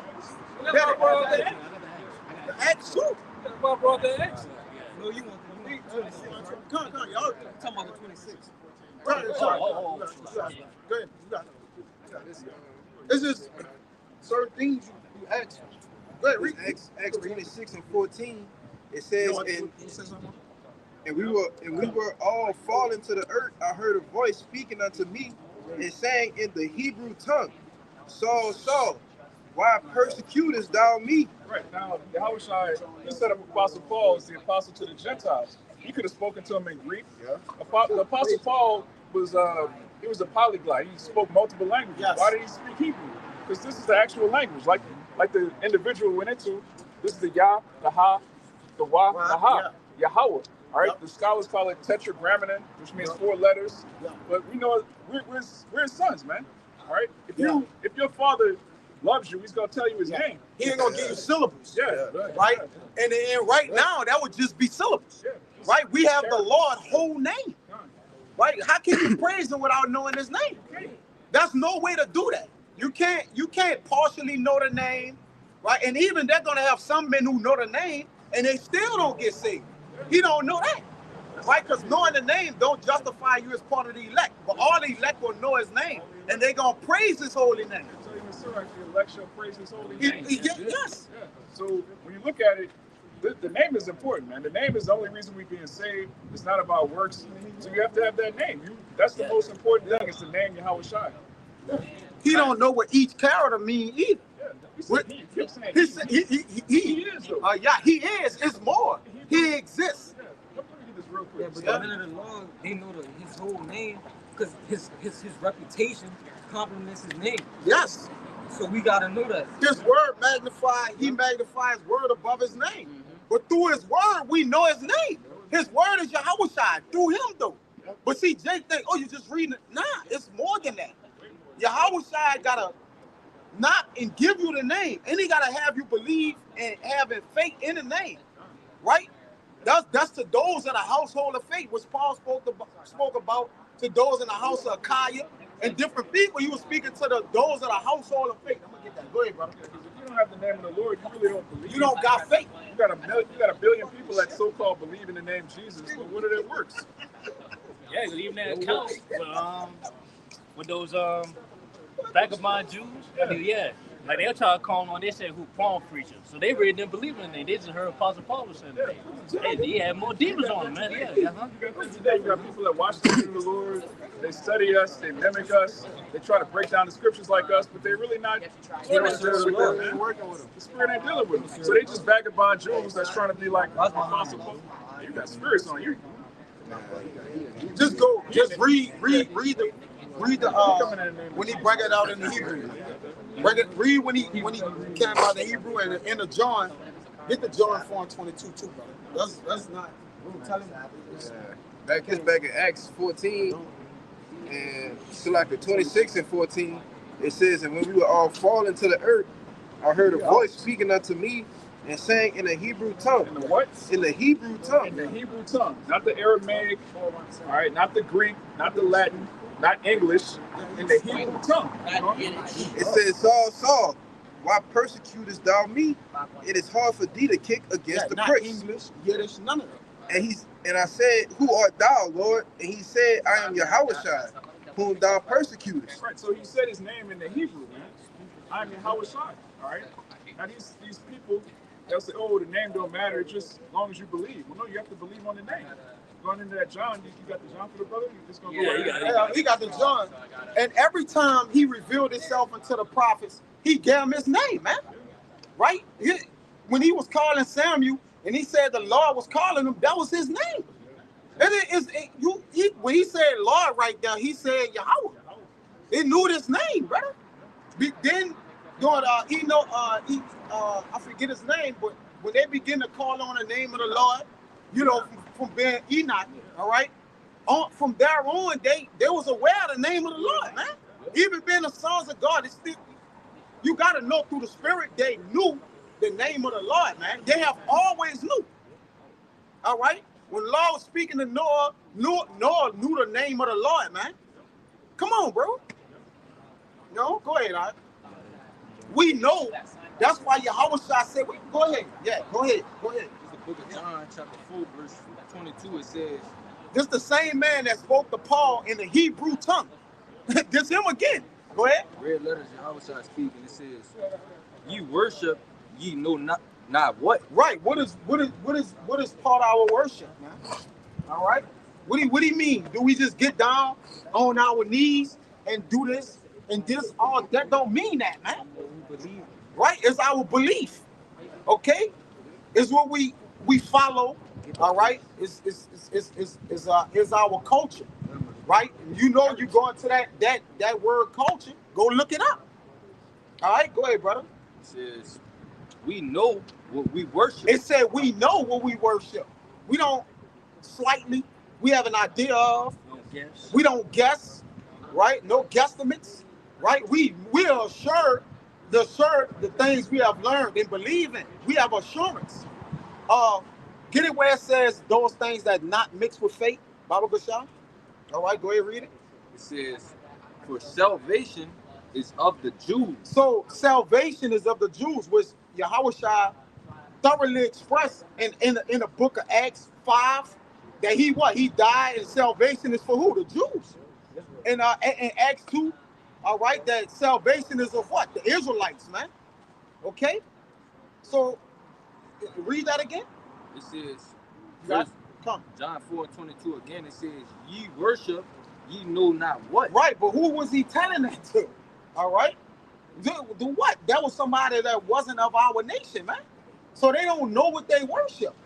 Because if you don't worship Yahweh Bashim Yahweh Shai in truth and sincerity in his name, you don't know what you worship. You're worshiping an image. You're worshiping a God that's not a God, right? There's only one God, right? Go ahead, brother. It says, we know what we worship. We know.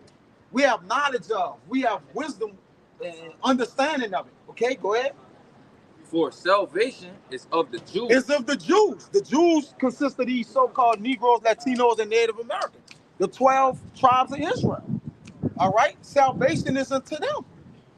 Okay? It ain't to the whole world. Okay? When Paul sent out those letters, you go to those letters were scattered to what? The 12 tribes of Israel, where they were scattered at, man. Paul was going to the what? Matthew. They was all going to the lost tribe or the lost sheep of Israel. All right. Whenever the Lord was calling out to his people, he was going to his people. And you had to be of these tribes, man. That was scattered amongst the heathen. Go ahead. This is. That was it? Come on, go ahead. Because Hebrews 4 verse 2. Go ahead. For unto us was the gospel preached. Yep. As well as unto them. Yep. So this word goes out to everybody. All right. And even people in the faith. So how much more of this speaking in the faith? How much more if you ain't even get this understanding? Because it says, this shall go out to the ends of the world, then shall the end come. So it's getting preached to all nations. That's why the Lord said, go preach to all nations, because our people are scattered, right, through the diaspora, different put in different parts of the world, different. They're gonna be looking like in the Middle East. I was just about. I pointed to him. Yeah, they're gonna be looking like all nations. Like that guy there. Yep. It's just the word and hook. He keep coming back. He keep coming back. Yeah. You know. He said he lost his iPhone, but the Lord got him. Coming back. Yeah. Look, he's coming back. Look, he coming back again. Can't resist, man. Yeah. Hey, your iPhone over here. Yeah. This is the iPhone. Yeah, tracking. Yeah, this the tracking. All right. And then, like I said, we always go into the Lord did that yesterday. The Lord made you think you lost your iPhone. Now you go over here. Yeah. You know? It might be in that coat pocket. It's so the coat so big. Yeah.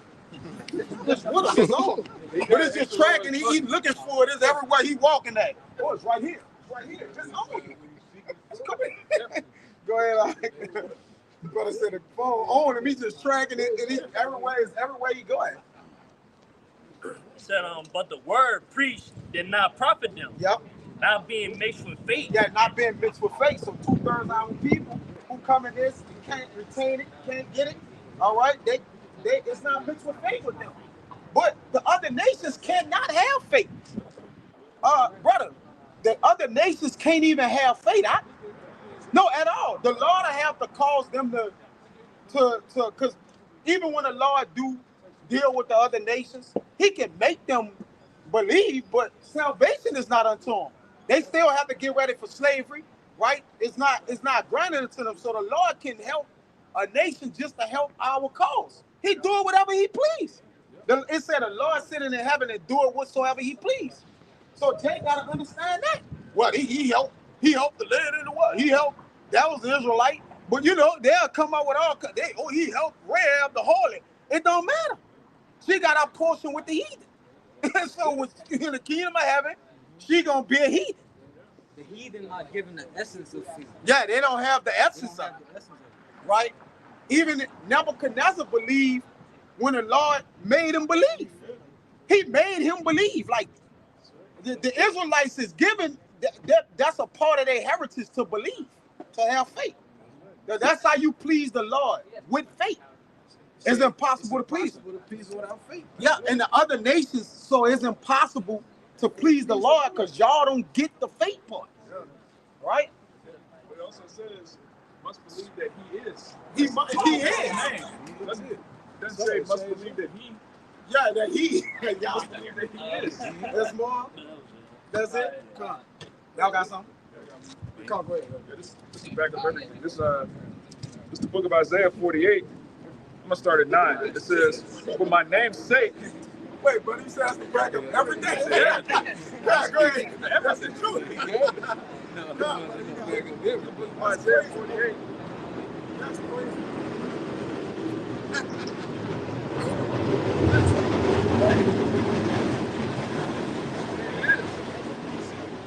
Isaiah 48. I'm gonna start at 9.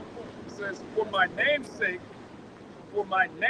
will I defer mine anger, and for my praise will I refrain for thee, that I cut thee not off." So again, we're being saved because of the Lord's name, not our own works. This is verse 10. It says, "Behold, I have refined thee, but not with silver. I have chosen thee in the furnace of affliction." Going into what brothers were saying about an hour ago. Like the whole first part of the sermon, brothers were going into how we're being refined through affliction. It says, "For mine own sake, even for my own sake will I do it, for how should my name be polluted? And I will not give my glory unto another." So the Lord's not going to give his glory to Jesus Christ. He's not going to give his glory to Yah. All right, that's just an abbreviation. Yahweh Bahashem Yahweh Shai, man. All right, it's not Jehovah, it's not Yahweh. These are names that the heathen call on. Like the brother said, the heathen can't even believe in Yahweh Bahashem Yahweh Shai. That's why they have to call on these acronyms and nicknames. You don't allow them to. Yeah, you don't allow them. You don't allow them to have his name in their mouth, right? It's dreadful. Yeah, they are profane too, right? To be profane means outside the temple. So you're not worshiping the Heavenly Father if you're not in the spiritual temple, especially today. It's impossible for you to do that because you got to worship the Heavenly Father in spirit first, in truth. You know? That's why these bug outs that follow us, these heathen, that try to debunk the so-called black Hebrew Israelites, they'll tell you, oh, that ain't the Paleo Hebrew, ain't the real Hebrew. Yeah. Meanwhile, they following something that was made up, man. Yes. All right. Eleazar ben Yehuda, he made up modern Hebrew. He just made it up. So you're going to follow something that's clearly made up because the Lord put the Spirit on you to not be able to call on that name. All right. You can't call on that. You can't call on Yahweh Shai, man. These names belong to us, man. Because it's what? It's first of all, the Lord name is Paleo goes in ancient, right? It goes into the ancient Hebrew. They dealing with modern age everything, man. The Lord name been the same since it never changed, man. Right? So we're dealing with what? That of the past, which Hebrew means the past. So you're dealing with the past. It's the past. He's the Alpha and Omega. So he's the past and the beginning and the end. So his name is the same from the beginning to the end. Go ahead. He's the same, yeah. And you got it in Malachi 3:6. And you got Hebrews 13:7. Go ahead. It's Zephaniah chapter 3. I'm gonna give it back to you now. And it reads, For then I will turn to the people a pure language. Yeah, what's that pure language? The Lashawan Kodash, man. All right? It says The what? The pure Hebrew. Go ahead. and not tainted, not diluted. Yeah, it's not no, diluted. pure. We got the real language, man. That's right. We speak English, but we got the Lord name. We got his pure. We got that pure in the Hebrew, man. Right. You have to have that pure to get saved. So if we don't have that or have retained it, we're not going to be able to call on that name, man. All right, go ahead. It reads that they may call upon the name of the Lord. Yeah, so you can call upon the name of the Lord, but you have to have the right name. Pure name. Then it's pure, because it's set apart, it's holy. Right? And the Lord tell you in Leviticus that he have severed us from other people so we can call on his name, man. All right? Well, we wouldn't remember. How can his name be pure if the heathen can call If the heathen can call on it, that defiles it. Are you read it that it can't? His name can't be polluted. You know? Go A ahead. little bit more says to serve him with one consent. Yeah, so what's the one consent? For salvation. That's the end game. Right? We got consent to serve the Lord unto salvation, man. Go ahead. If I can say, hey, just like that dude with the big jacket, he say he believe us, but you can believe all you want if you don't have that one name, right? It don't matter. Get Acts 12 and 4, brother. I got it. Come on. Yeah, everybody holding out. it is what it is. Because Acts 4 verse 12. Come on. Neither is there salvation in any other. Yeah, so there's no salvation in any other, man. What do you mean by this? So there's no other way whereby you can get saved, man. That bit just took hold of him. Go ahead. It said, for there is none other name under the sun given amongst men whereby must we be saved. So what's under the sun? That's here, in this place, right? Which translate to the heavens. You know, and moreover. Give me a scripture, pray ye the search of your father. See Jeremiah 6. Give me Numbers 1 and 8. They got Jeremiah 16 on. Let's look at the old pads. It may be that one. Bring you out the search. Go ahead. He got it. Tell him your question. The question is if I'm not one part of them, 12 tribes. Yeah, Job 88. Inquire thee. That's bring out the Job 6. Jeremiah 16. So salvation is based on your lineage. It's not based on your skin color. Right. So just because you look a certain way doesn't mean that you. So nobody knows where they are. Well, we know through the Spirit, through the Scriptures. That's why we so heavy in the Bible. Because the Bible, Not based on. So give Romans 8 and 14. Exactly. I've been reading out about God, but I'm just coming to realize and I keep the Sabbath on the Sabbath. And I mess up with them, but they say I'm not fully. You got the numbers in there. I need to be baptized to really. His actual name. Exactly. So we saw his name. But until I do that, then I'm not gonna. You know what I'm saying? Okay, well, let's do one thing at a time. First, we're going to deal with your lineage. You probably got the numbers. We got the numbers, but we got the Job 8 and 8. Inquire, search it out. But if you are Israelite and you look like a heathen, you have to believe on the name. The name is the only thing that can save you. You better cross your eyes, cross your toes and your fingers, and hope that you help Israel. You know? But it's possible. Blessed. When you read the scriptures, the Israelites were scattered across all nations. Everywhere there's people, there's Israelites. And they're going to look, some of them look Chinese, some of them look Arab. It's all because they didn't do the right thing. Right. They transgressed the laws. Yeah. Let's get that numbers. Get that number. I got that. This Numbers 1 and 18. It says, and they assembled all the congregation together on the first day of the second month, and they declared their pedigrees after their families, by the house of their fathers, according to the number of the names, from 20 years old and upward by their poles. Right, now in the Bible, your pedigree, which is your lineage, is based on the house of your father. It's not based on your skin color, it's not based on a geographical region, because people migrate. Just because you're from one area doesn't mean you descend from a certain person. So if you have a child with someone... My question is, throughout the Testament, if you love your father, how do you love him? keep His commandments. Exactly. So one of the What first the four commandments commandments, first commandment is to love Him. How you love Him? Keep His law. Right. Keep His commandments. So Who the keep commandments the given to Sabbath. us? Who the commandments given to us? Commandments are given to the prophets, right?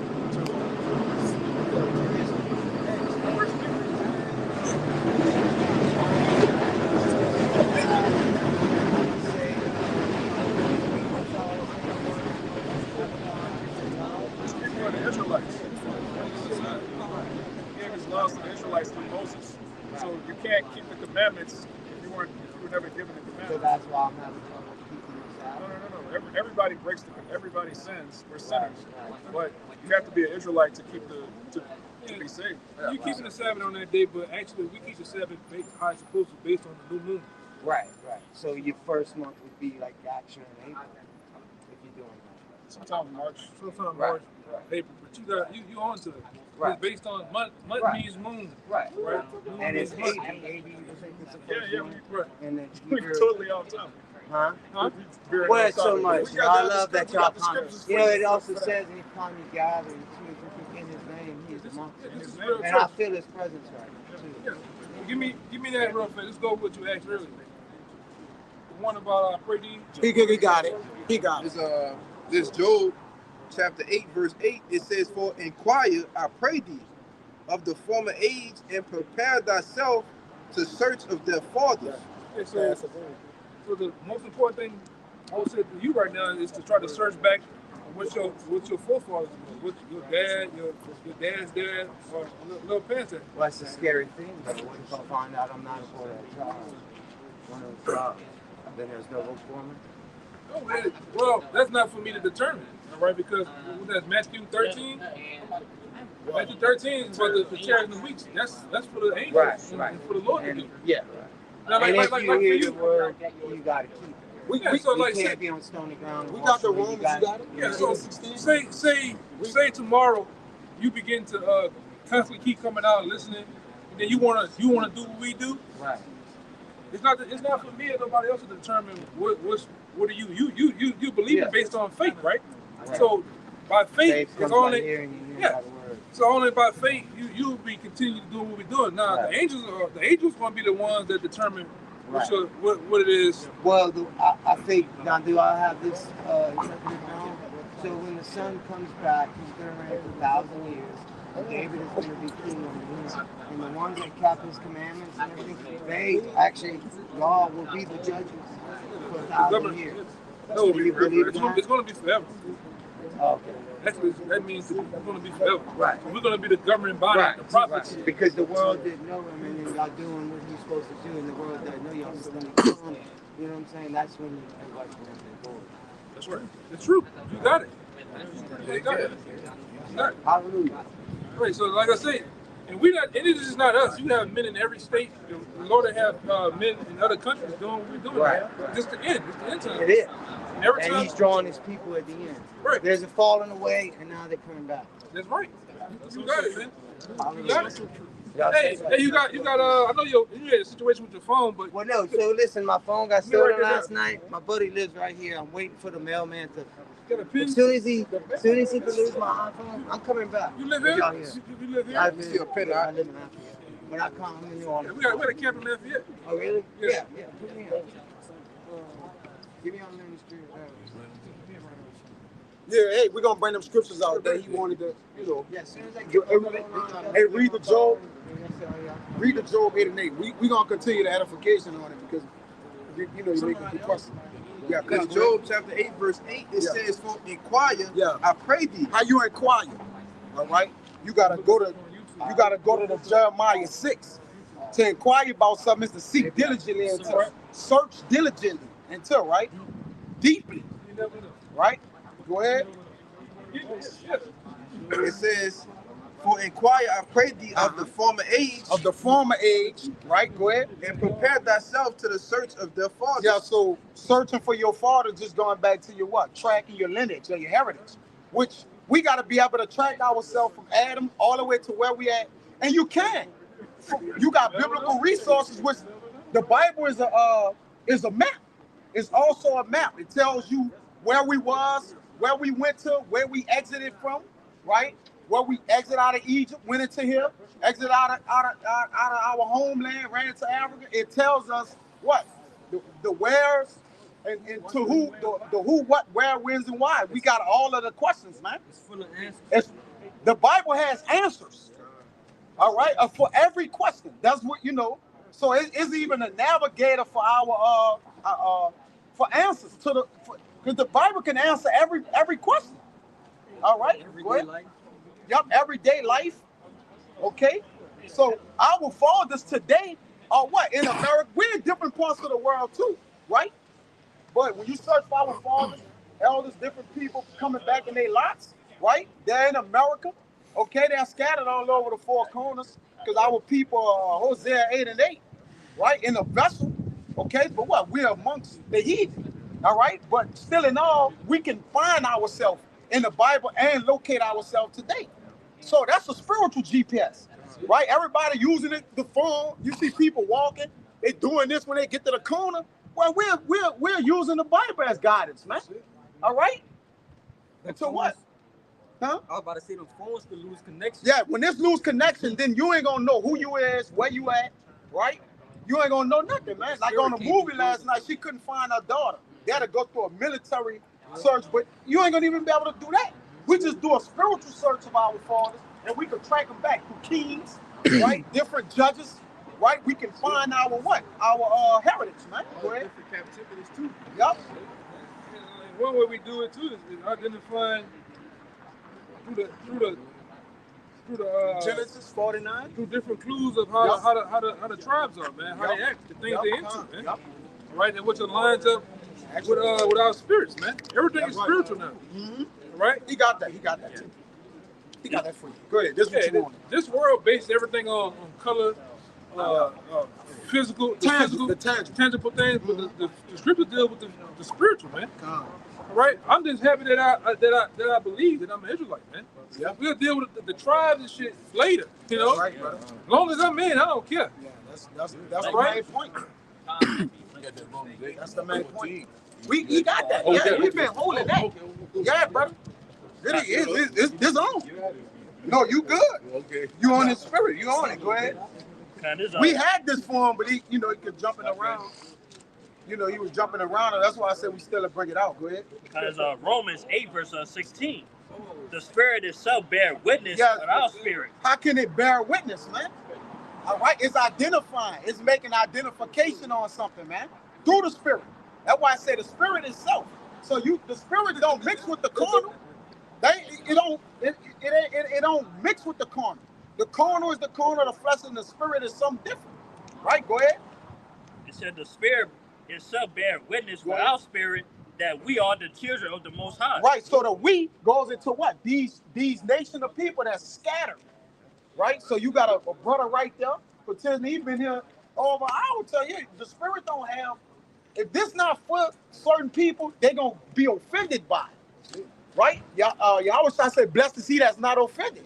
Most of you look at those other nations that look like other nations, and the Jakes come up, right? Other nations, they're gonna be gone. They're gonna wag their hand, be offended, because the Spirit is what is cutting their spirit, man. Yeah, he been here. He believed. He wholeheartedly believed. She believed too. Yeah. Because they believe. Didn't Titus grandmother and it was Titus? Timothy, my bad. Timothy. So like aunt and mom believed, man. You know?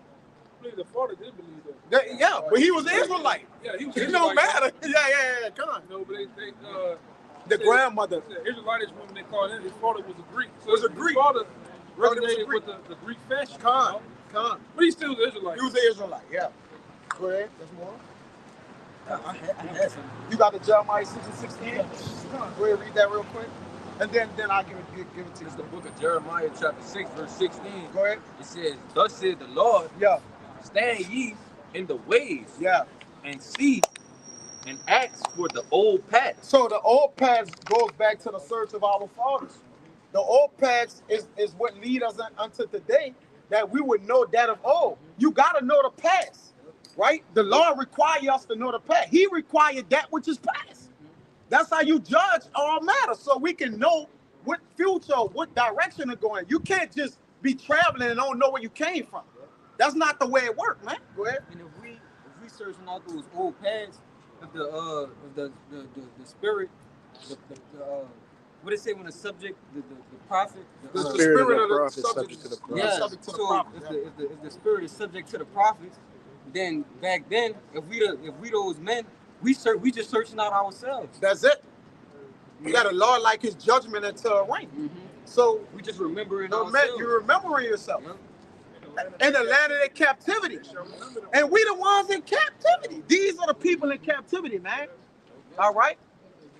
And we align with, through the spirit, brothers, you align with these people, man. It ain't no coincidence. We ain't just out here calling ourselves something. We have no idea what we calling ourselves, man. Our people are poor, oppressed. We meet all the criteria of what the Lord chosen people is today, of what they was of old, back in Deuteronomy, when the curses was put on us. All right, we meet that criteria today. So it's hard to be like, well, these not the people of the Lord. Okay, that's not the people of the Lord, then who is? Right? Because the people are claiming themselves to be the people of the Lord in the land, they false imposters, man. They don't fit none of the prophecies, man. It contradicts the Bible. And we know the Lord is not a man that he should lie. Go ahead, bro. No, all the confusion. Yep.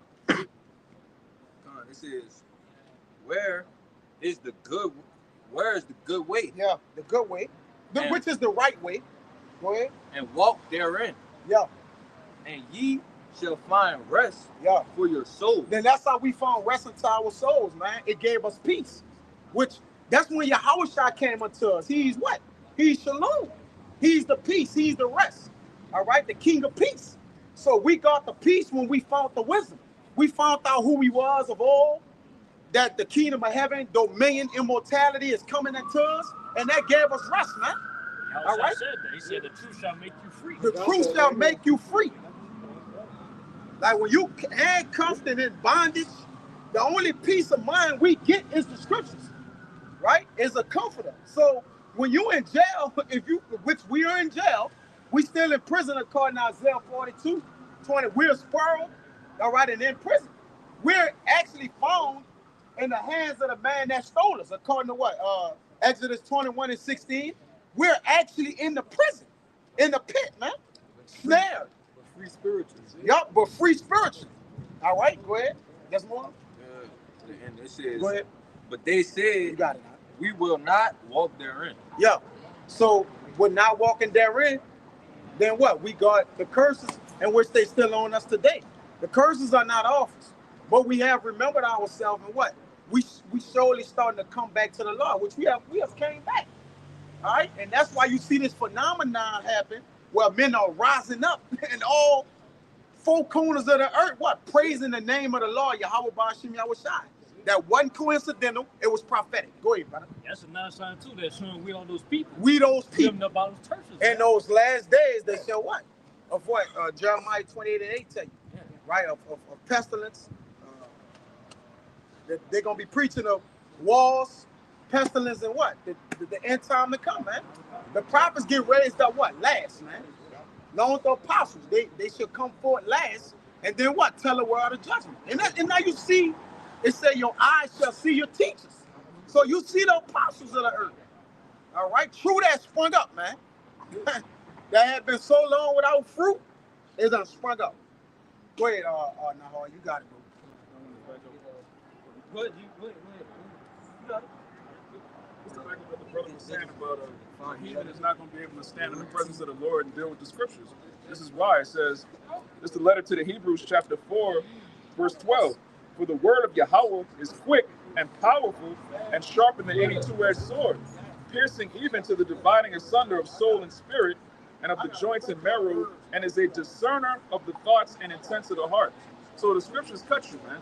If you're a heathen and you standing up here, you're going to be cut by the judgment of the heathen. You're going to be really cut by the promises given to Abraham, Isaac, and Jacob, because the heathen ultimately hate these people. If you're a so-called Negro, Latino, Native American, you have enemies. Your enemies don't want to hear about you ruling on thrones. So that's gonna cut you. You're gonna walk away. You're not gonna hang around for an hour asking questions about the Bible, right? Those are jakes. You got it right.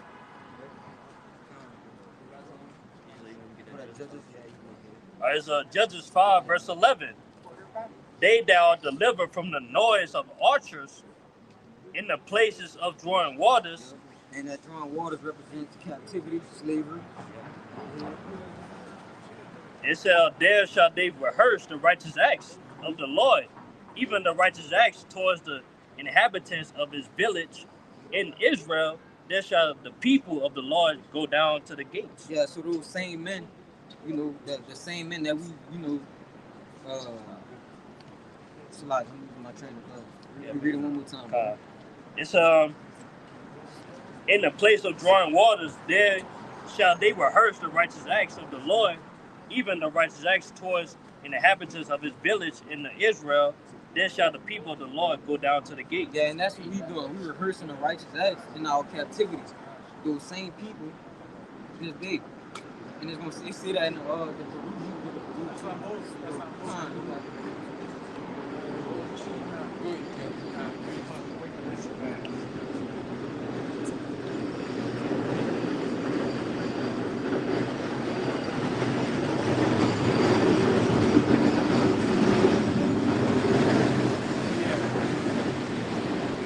Get him on camera, but we got a guy, Israelite, standing on the other side right now, who's a Israelite foreigner, and you know, I was talking to him on the side, you know, about, he was talking to me about his situation. You know, he looks like a heathen nation, but the Spirit bear witness that he's an Israelite, and then the Spirit, you know, had the conversation, you know, shifted that, just showing that this is a highly spiritual thing taking place. You know, the Most High is doing his thing, you know, sifting out the elect.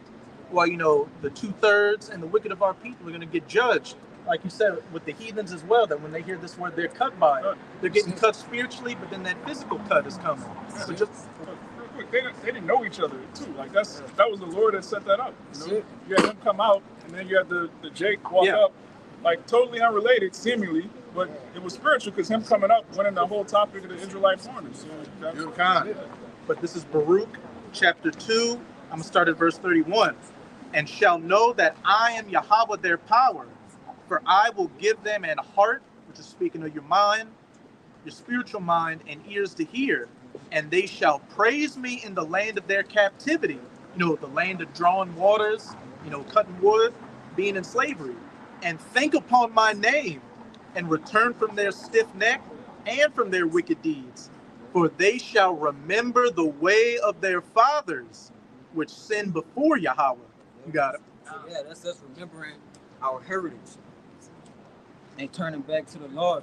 Because ultimately, those people who are in captivity, those curses fall on the Israelites. You know, so we just returning unto our heritage that we was once, you know, one with. Hey, you can't be a part of something or know something that you never knew.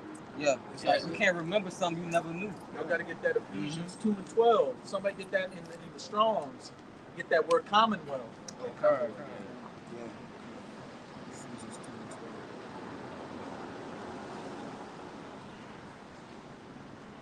And real quick, just going back into what the brother brought out in that Baruch, we're in the land of our captivity, and the heathen ultimately want us to stay here, man. That's another telltale sign that somebody's a Jake. They want to get the hell out of here, man. That's it, right? You have a lot of our people, 2/3 of our people, they're counted as heathen because they want the heathen to still reign, man. Why the hell would you want to stay in a place where the air is polluted, the water's polluted, the food has all kind of chemicals in it? Surrounded by death. Yeah, surrounded by death, weirdos, Edom and Moab ruling over. yeah, bro, you got heathen ruling, man. They're not fit to rule the earth. So, you know, if you see somebody and they're ready for the kingdom, man, just hey, that's a good sign. They're on the right track, like the brother said. So, you know, it's crazy. We just was that was on the Monday call. We just was talking about how why wouldn't you condemn a person who, you know, just that can't come, looks like another, you know, nation. We just went into that as a spirit too. I just wanted to make that point. Because we just was talking about that on the call.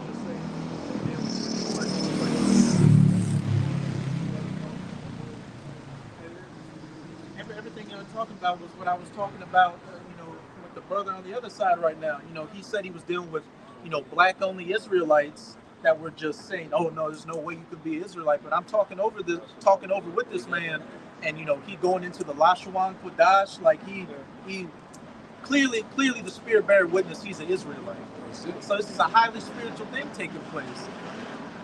It's only a spiritual man's gonna understand that. Like, if you're a black only Israelite in 2024, it's almost 2025. You're still like, you plugged up. The Lord is gathering his elect. That's it. You got it, Holy. This is Deuteronomy 23, verse 7. It says, "Thou shalt not abhor an Edomite, for he is thy brother. Thou shalt not abhor an Egyptian, because thou wast a stranger in his land." Yeah, that's the 23 and 7. Yeah, the 23 and 7. You know, that was kind of what they did to Brody. Yeah, it's an area. But we know what it's talking about because they have Israelites, you know, that live in, you know, other nations, and because we scattered. So you may have Israelites that look like, you know, the other nations, but you're still not supposed to condemn them. You're supposed to go by the Spirit, because it could very well be another Israelite. Yeah, we're going to say where abhor means a abomination. You know what I'm saying? So basically, that's saying right there, you're not supposed to look at Israelite that look like Edom or look like an Egyptian, because that's an abomination, man. He's still Israelite. You know what I'm saying? Going back to Edom, you know, through the Spirit, man. You know. Yeah, that scripture that means hate. Like the brother said, the word abhor does not mean hate. It means you detest something as if it's unclean. Like you abhor your wife while she's on her cycle. That doesn't mean you hate your wife. You're not supposed to abhor believers that look like other nations, because we were sojourners there. All right, everywhere that there's people, there's Israelites. So in these last days, matter of fact, brother, get what is that? Joel 2nd chapter, 2, pour out his Spirit. Yep. All right, you have people from all walks of life that are going to have visions. They're going to see the destruction of America. They're going to see the missiles hitting this place, and a lot of those are Israelites. All right. This Joel chapter 2, verse 28. "And it shall come to pass afterward that I will pour out my Spirit upon all flesh, and your sons and your daughters shall prophesy, your old men shall dream dreams, and your young men shall see visions." We saw that with that so-called movie. You can't call it a movie. It's a pilot of a TV show masquerading as a movie called Homestead. You know, one of the little girls in the so-called movie, she was having visions, and they came to pass. And that's what's happening now, man. You have a lot of people dreaming about the missiles. They're dreaming about the destruction of this place, because the Lord's coming back, man. That's it.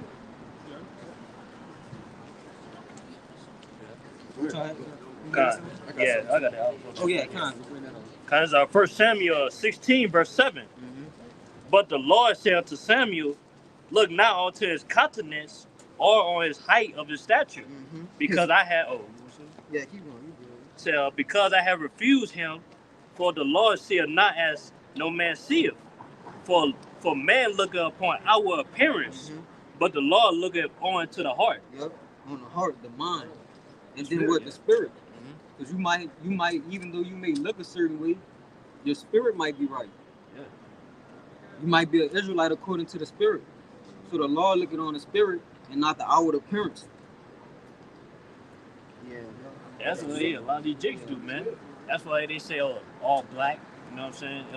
Israelite gotta be a dark skin like Wesley Snipes, man. You know what I'm saying? You can actually have, look just like the Israelite. Just like we was in Egypt. The Egyptian and all that. We look similar, but it was through the Spirit. Yeah, the Lord put a dip. They put a dip between the Egyptian and what that is? Exodus 11 and 7. Yeah, so that you can look just like us, walk like us, talk like us, but the Spirit is really going to make the you're gonna make the cut. That Spirit gonna draw you, but through the Word. It's not about what we see. It all comes down to the Spirit. There you go. Because just like you look like an Israelite, but you're a heathen, man. The Spirit, man. You see many examples, man. You know what I'm saying? Ain't about afros and what I'm saying, big kahunas and stuff like that. Melanated. Melanated. Man. Yeah. Like I say, the Lord He gonna do more and more examples like that, just to confound those other camps, man. Like it's a magnificent work, But he said in Habakkuk I'm a work of work in your day, which ye shall not believe, though it be told to you, man. Hey, man, the Lord is getting ready to send an influx, like the brother alluded to. That's right. An influx of these Israelites that scattered among these different nations, man. You know? But I got a quick precept. This Isaiah chapter 11, verse 10. It says, and in that day there shall be a root of Jesse, which shall stand for an ensign of the people.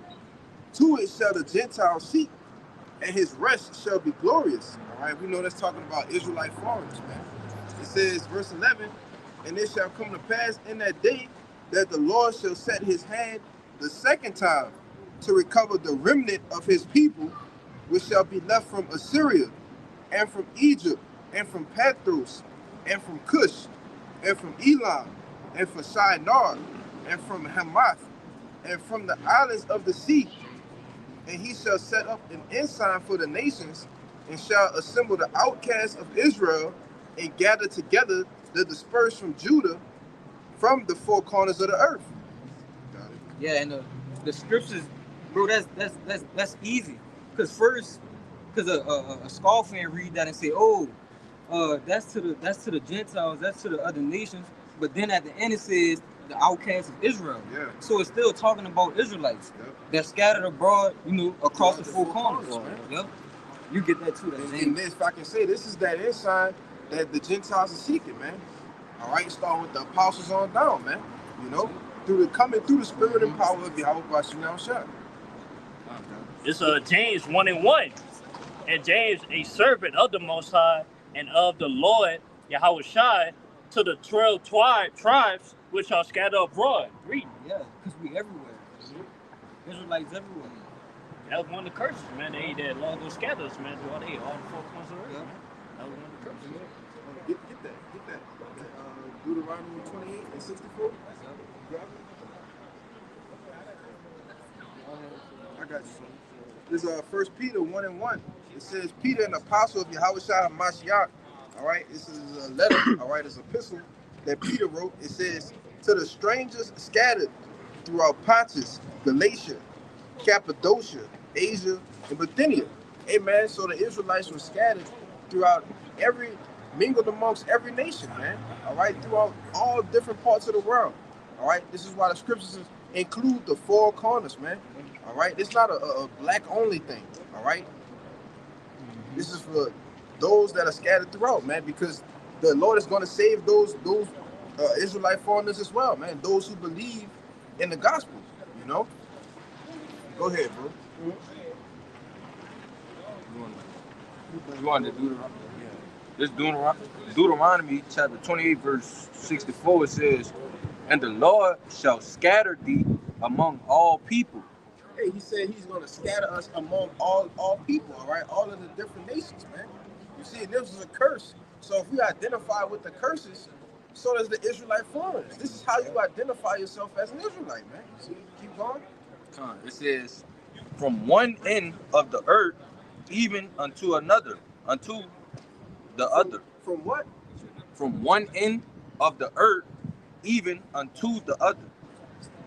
And there thou shalt serve other gods, which neither thou nor thy fathers have known, even wood and stone. Yep. And we did that. We went off. We were scattered. And we went off and we served idols, as it says in 2 Corinthians 12 and 2. You could get it. Bring it out since I mentioned it. What it says is no, that's the idols which you were dead. Yeah, that's what you know. This might be First Corinthians 12 and 2. Oh, that's the second. Yeah, that's first. 1 Corinthians chapter 12, verse 1. It says, now concerning spiritual gifts, brethren, I will have not you ignorant. Ye know that ye were Gentiles, carried away unto these dumb idols, even as ye were led. Ye know that ye were Gentiles, carried away unto these dumb idols, even as ye were led. Nah, that's how you know that's talking about Israelites, because a heathen can't be it can't commit what is called, bro? What you say about it? Idolatry. Idolatry. A heathen can't commit can't commit idolatry because they can't serve them. They have no. The Lord is not their power. The law is not given to them. Yeah, it's not given to them. So you know that's talking about Israelites that went off, right? Yeah, it says you know that you were Gentiles carried away unto these dumb idols. Yeah, we had to be carried away unto those things because why? The Israelites, we serve the Lord. The heathen can't serve the Lord, so they was never. You know, it's not talking about any heathen. Yeah. Carried away from the true power, man. Your inheritance. Our Your heritage. heritage, man. Yeah. Got that Ephesians, the brother called for earlier. Ephesians 2. Come on. Just letter to the Ephesians, chapter 2. I'm going to start at 10. It says, "For we are his workmanship, created in Hamashiach Yahweh Shai unto good works, which the Most High had before ordained that we should walk in them. Wherefore remember that ye being in time past Gentiles in the flesh, who are called uncircumcision by that which is called circumcision in the flesh made by hands," which goes back into the Acts, which we just went into. When you read Acts, the 21st chapter, you had these niggas they wanted to kill Apostle Paul because, he's bringing Greeks into the temple. But those were Israelites. So in their mind, okay, this is not an Israelite, so you're defiling the temple. They weren't spiritual at all, right? That temple was destroyed, right? This is a spiritual temple being built, and it says, verse 12, that at time ye were without Hamashiach, being aliens from the commonwealth of Israel, and strangers from the covenants of promise, having no hope, and without the Most High in the world. And you had that other Israelite foreigner. He came up. He's inebriated, but you can see he had no hope without the Lord. He was like, so if I'm not on that side, I'm gonna be. I don't have a chance of salvation. No, he was afraid. All right, if you're not in the truth, you don't have any hope because America's about to be destroyed. So if you're not covered in Yahweh Shai's blood, you're gonna be destroyed with this place. What hope do you have if you're not of the elect? You're gonna get on a plane, fly somewhere else that's gonna be destroyed. You're gonna get a disease, a strange illness. You're gonna ultimately y'all are gonna take the C-hip, all right, the MOTB, all right, that grain of rice in your right hand or your forehead, and you're gonna be destroyed. The Lord gonna kill you himself. Yeah, because you can't escape the judgment of the Lord. It's gonna wash the whole world. They ain't gonna miss those particular places, but the whole world gonna be covered by the judgment of the Lord. Ain't no running from it. Yep, we got some. Y'all brothers got something? I got something, yeah. It's Hosea 8, verse 8. Israel is swallowed up. Now shall they be amongst the Gentiles as a vessel wherein no pleasure. Yep. God, that's exactly the point, man. Israel, man, they are swallowed up, man. By not having their heritage, man. Not knowing their nationality, not knowing the law, statutes, commandments that was given unto them. Not knowing the name. Yeah, they're among these Gentiles, man, living after the Gentile customs, man. Hey, Judah said how Israel was when it was at one with their power. Couldn't be stopped. All right, undefeated, man.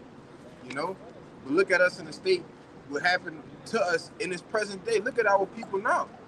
All right, look at the condition our people are now by not seeking Yahweh B'Shem Yahushua, not following the laws, statutes, commandments to the best of their ability, which they were given, man. You see? Go ahead, bro. I got a precept. This is the book of Baruch, chapter 4, and verse 6, and it reads, "You were sold to the nations, not for your destruction, but because you moved Yahweh to wrath. You were delivered unto the enemies, for ye provoked him that made you by sacrificing unto devils and not to Yahweh.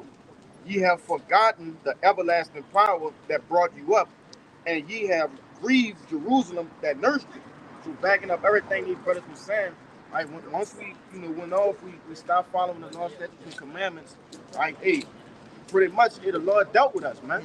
Right? He put us in punishment, put us, in a jail sentence, right? You got it. Shit, I could jump over the what that is to chapter 3 and verse 8. And it's also like the brother was saying, how you identify who the children of Israel using the Bible. This says Baruch 3 and 8, and it says, Behold, ye are yet this day in our captivity, ye where thou hast scattered us for a reproach and a curse, and to be subject to payments according to all the iniquities of your fathers which departed from the Lord. I keep going down. Verse 9, it says here, Israel, the commandments of life, give ear to understand wisdom.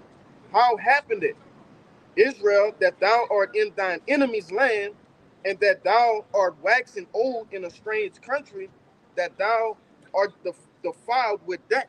And that's the very same thing that's, we see day in and day out, man. They said they been defiled with dead. Was they that represent these heathen nations, man? Yep. Because how are they dead? Because they don't have the law, statutes, commandments, man. That's how they being dead. Like I say, man, we being made alive, man. We being made alive today because we return back to our heritage, man. Rehearsing the righteous acts, man. Law, statutes, commandments. Yeah, when was that out? That was 3 and 8. You could jump to 4 and 1. All right. This is Baruch 4 and 1, and it reads, "This is the book of the commandments of Yahweh, and the law that endureth forever. All that keep it shall come to life, but such as leave it shall die." Yeah, it said, this is the book of the commandments, man. All that keep it, all right, the understanding, the wisdom shall come to life. As it says in Proverbs 21:16, which backs you up, what you said. Yeah. The wandering out the way of understanding shall remain in the congregation of the dead. Yeah. You see? So when you don't, or you depart from this book of the law, it says you're going to die, man. All right? You're going to be spiritually dead. But y'all got it. Yeah, that's the majority of our people, man. Our majority of our people is spiritually dead. You know what I'm saying? But the law is waking up his elect, man. They'll be brought back to life, man. Be quickening by life, man. But hey, man, God's giving that faith of Yahushua, believing on Yahushua, who he is. Today, man, we are rehearsing the righteous acts, man. Following the scripture, man, to the best of our ability. You can read that Baruch 3 and 8 again, This lie got jumped off, but I'm going to get it back. My brother says You it's want to say too hard. something? I'm just saying it's too hard. Huh? Too hard. This Baruch chapter 3 verse 8 again, and it reads, "Behold, we are yet this day in our captivity, where thou hast scattered us for a reproach and a curse, and to be subject to payments according to all the iniquities of our fathers which departed from the Lord our power." Yeah, and that's another thing. We know for certain that the Israelites are subject to payments. We poor. You could get that Haggai 1 and 6 too, because that's something that we suffer for. Majority of us. I tell you that was one of the curses in Deuteronomy, the 28th chapter. Yeah, but we gotta go to the enemy for the once of all things, man. Like everything, we pay for. It's just even more and more we gotta pay for, man. You know what I'm saying? Like, we gotta pay bills and all that stuff. Then something goes wrong, we gotta pay this and pay that. That's what it means to be subject to payments, man. We can never have enough.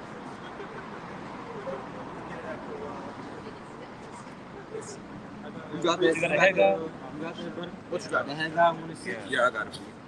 This Haggai, chapter 1, verse 6, it says, "Ye have sown much and bring in little. Ye eat, but ye have not enough. Ye drink, but ye are not filled with drink. Ye clothe you, but there is none warm. And he that earneth wages to put it into a bag with holes." Haggai 1 and 6 again, it says, "Ye have sown much and bring in little. Ye eat, but have not enough. Ye drink, but ye are not filled with drink. Ye clothe you, but there is none warm. And he that earneth wages to put it into a bag with holes." They feel like we work just to pay bills, bro, and that's it. And that's all we could do, bro. It's like putting a bag with holes in. Like as soon as you put something in there, it's gonna fall off. It's like the quicker we get paid, the quicker we gotta give it away. This is out of the book of Lamentations, chapter 4, verse 4, and it reads, "We have drunken our water for money. Our wood is sold unto us. Our necks are under persecution. We labor and have no rest." You know, and go ahead. You can pray. Nah, but yeah, it was going into it. We drink our water for money, which there's water all around us, but yeah, we have to go to this devil to his stores and purchase water. Right? We have to purchase basically things that's supposed to be free. And it says our necks are under persecution, which it is. Right? This devil, well, the brother Kaya, he always say now he made a very good point a while back. If you had a neck of something, you have full and total control over it. God damn. You know, you have full control over it. Right? And this devil have his foot on our necks, man. And it says we labor and have no rest. Yeah, and hey, that brother was just telling us what happened with him yesterday. That brother was working for what, like 16 hours, huh? Yeah, that's sick, bro. We have no rest. Then got to get up and go to work again the next day. You know? You got it, huh? Yeah, yeah, we slaves. We heavily oppressed. You know? Yeah. But though spiritually we've been set free by the word of the Lord. Yeah, y'all got any? The elder brought up Matthew the 13th chapter, but letting the tares and the wheat grow together, because people be worried about the look of, well, what if that's an Edomite? What if that's a Moabite? Yeah. Well, the Bible says this. This is the book of Acts, chapter 5, and I'm gonna start at 38. "And now I say unto you, refrain from these men and let them alone. For if this counsel or this work be of men, it will come to naught. But if it be of Yahweh, ye cannot overthrow it." Right? You can't overthrow the ministry of Yahweh Hashem Yahushai. So we don't worry about what scriptures speak about endless genealogies. What about his father's father's father's father? Yeah. Like, if he a heathen, he's gonna be destroyed. It don't matter what you look like. All right. If you're a heathen and you memorize the name of the Lord, you try to sneak in a camp, you're still going into slavery. What are you doing? We just gonna have highlights in the kingdom. Be like, hey, remember you pretend to be Israel? So that's not even something to worry about. This is the Lord's ministry. It's not our ministry. It doesn't belong to us. It belongs to Yahushua. So if you see somebody that doesn't look like an Israelite, if you see somebody that doesn't.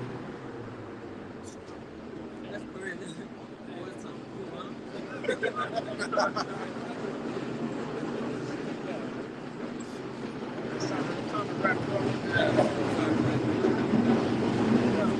Lord's wrapping up his ministry, man. We're not gonna be out here forever. So, like, you see somebody that looks like an Israelite that doesn't, what they believe, hey, abhor not an Edomite, abhor not a Moabite. Don't abhor these people, man. You got it, man. Yeah, so with that, if you no matter how you look, if you're a believer, just keep believing and hold fast on faith, until that set appointed time come where those things are revealed. But with that, we're going to close out. We're going to give infinite honors and prayers unto Yahweh. Double honors to the elders and apostles of Great Millstone. And peace and blessings to the argument across the four corners, pushing his word. With that, I'm going to say Bible ball. Bible ball. Bible ball. Bible ball. Bible ball. Bible ball. Kwame Asherah. Shalom.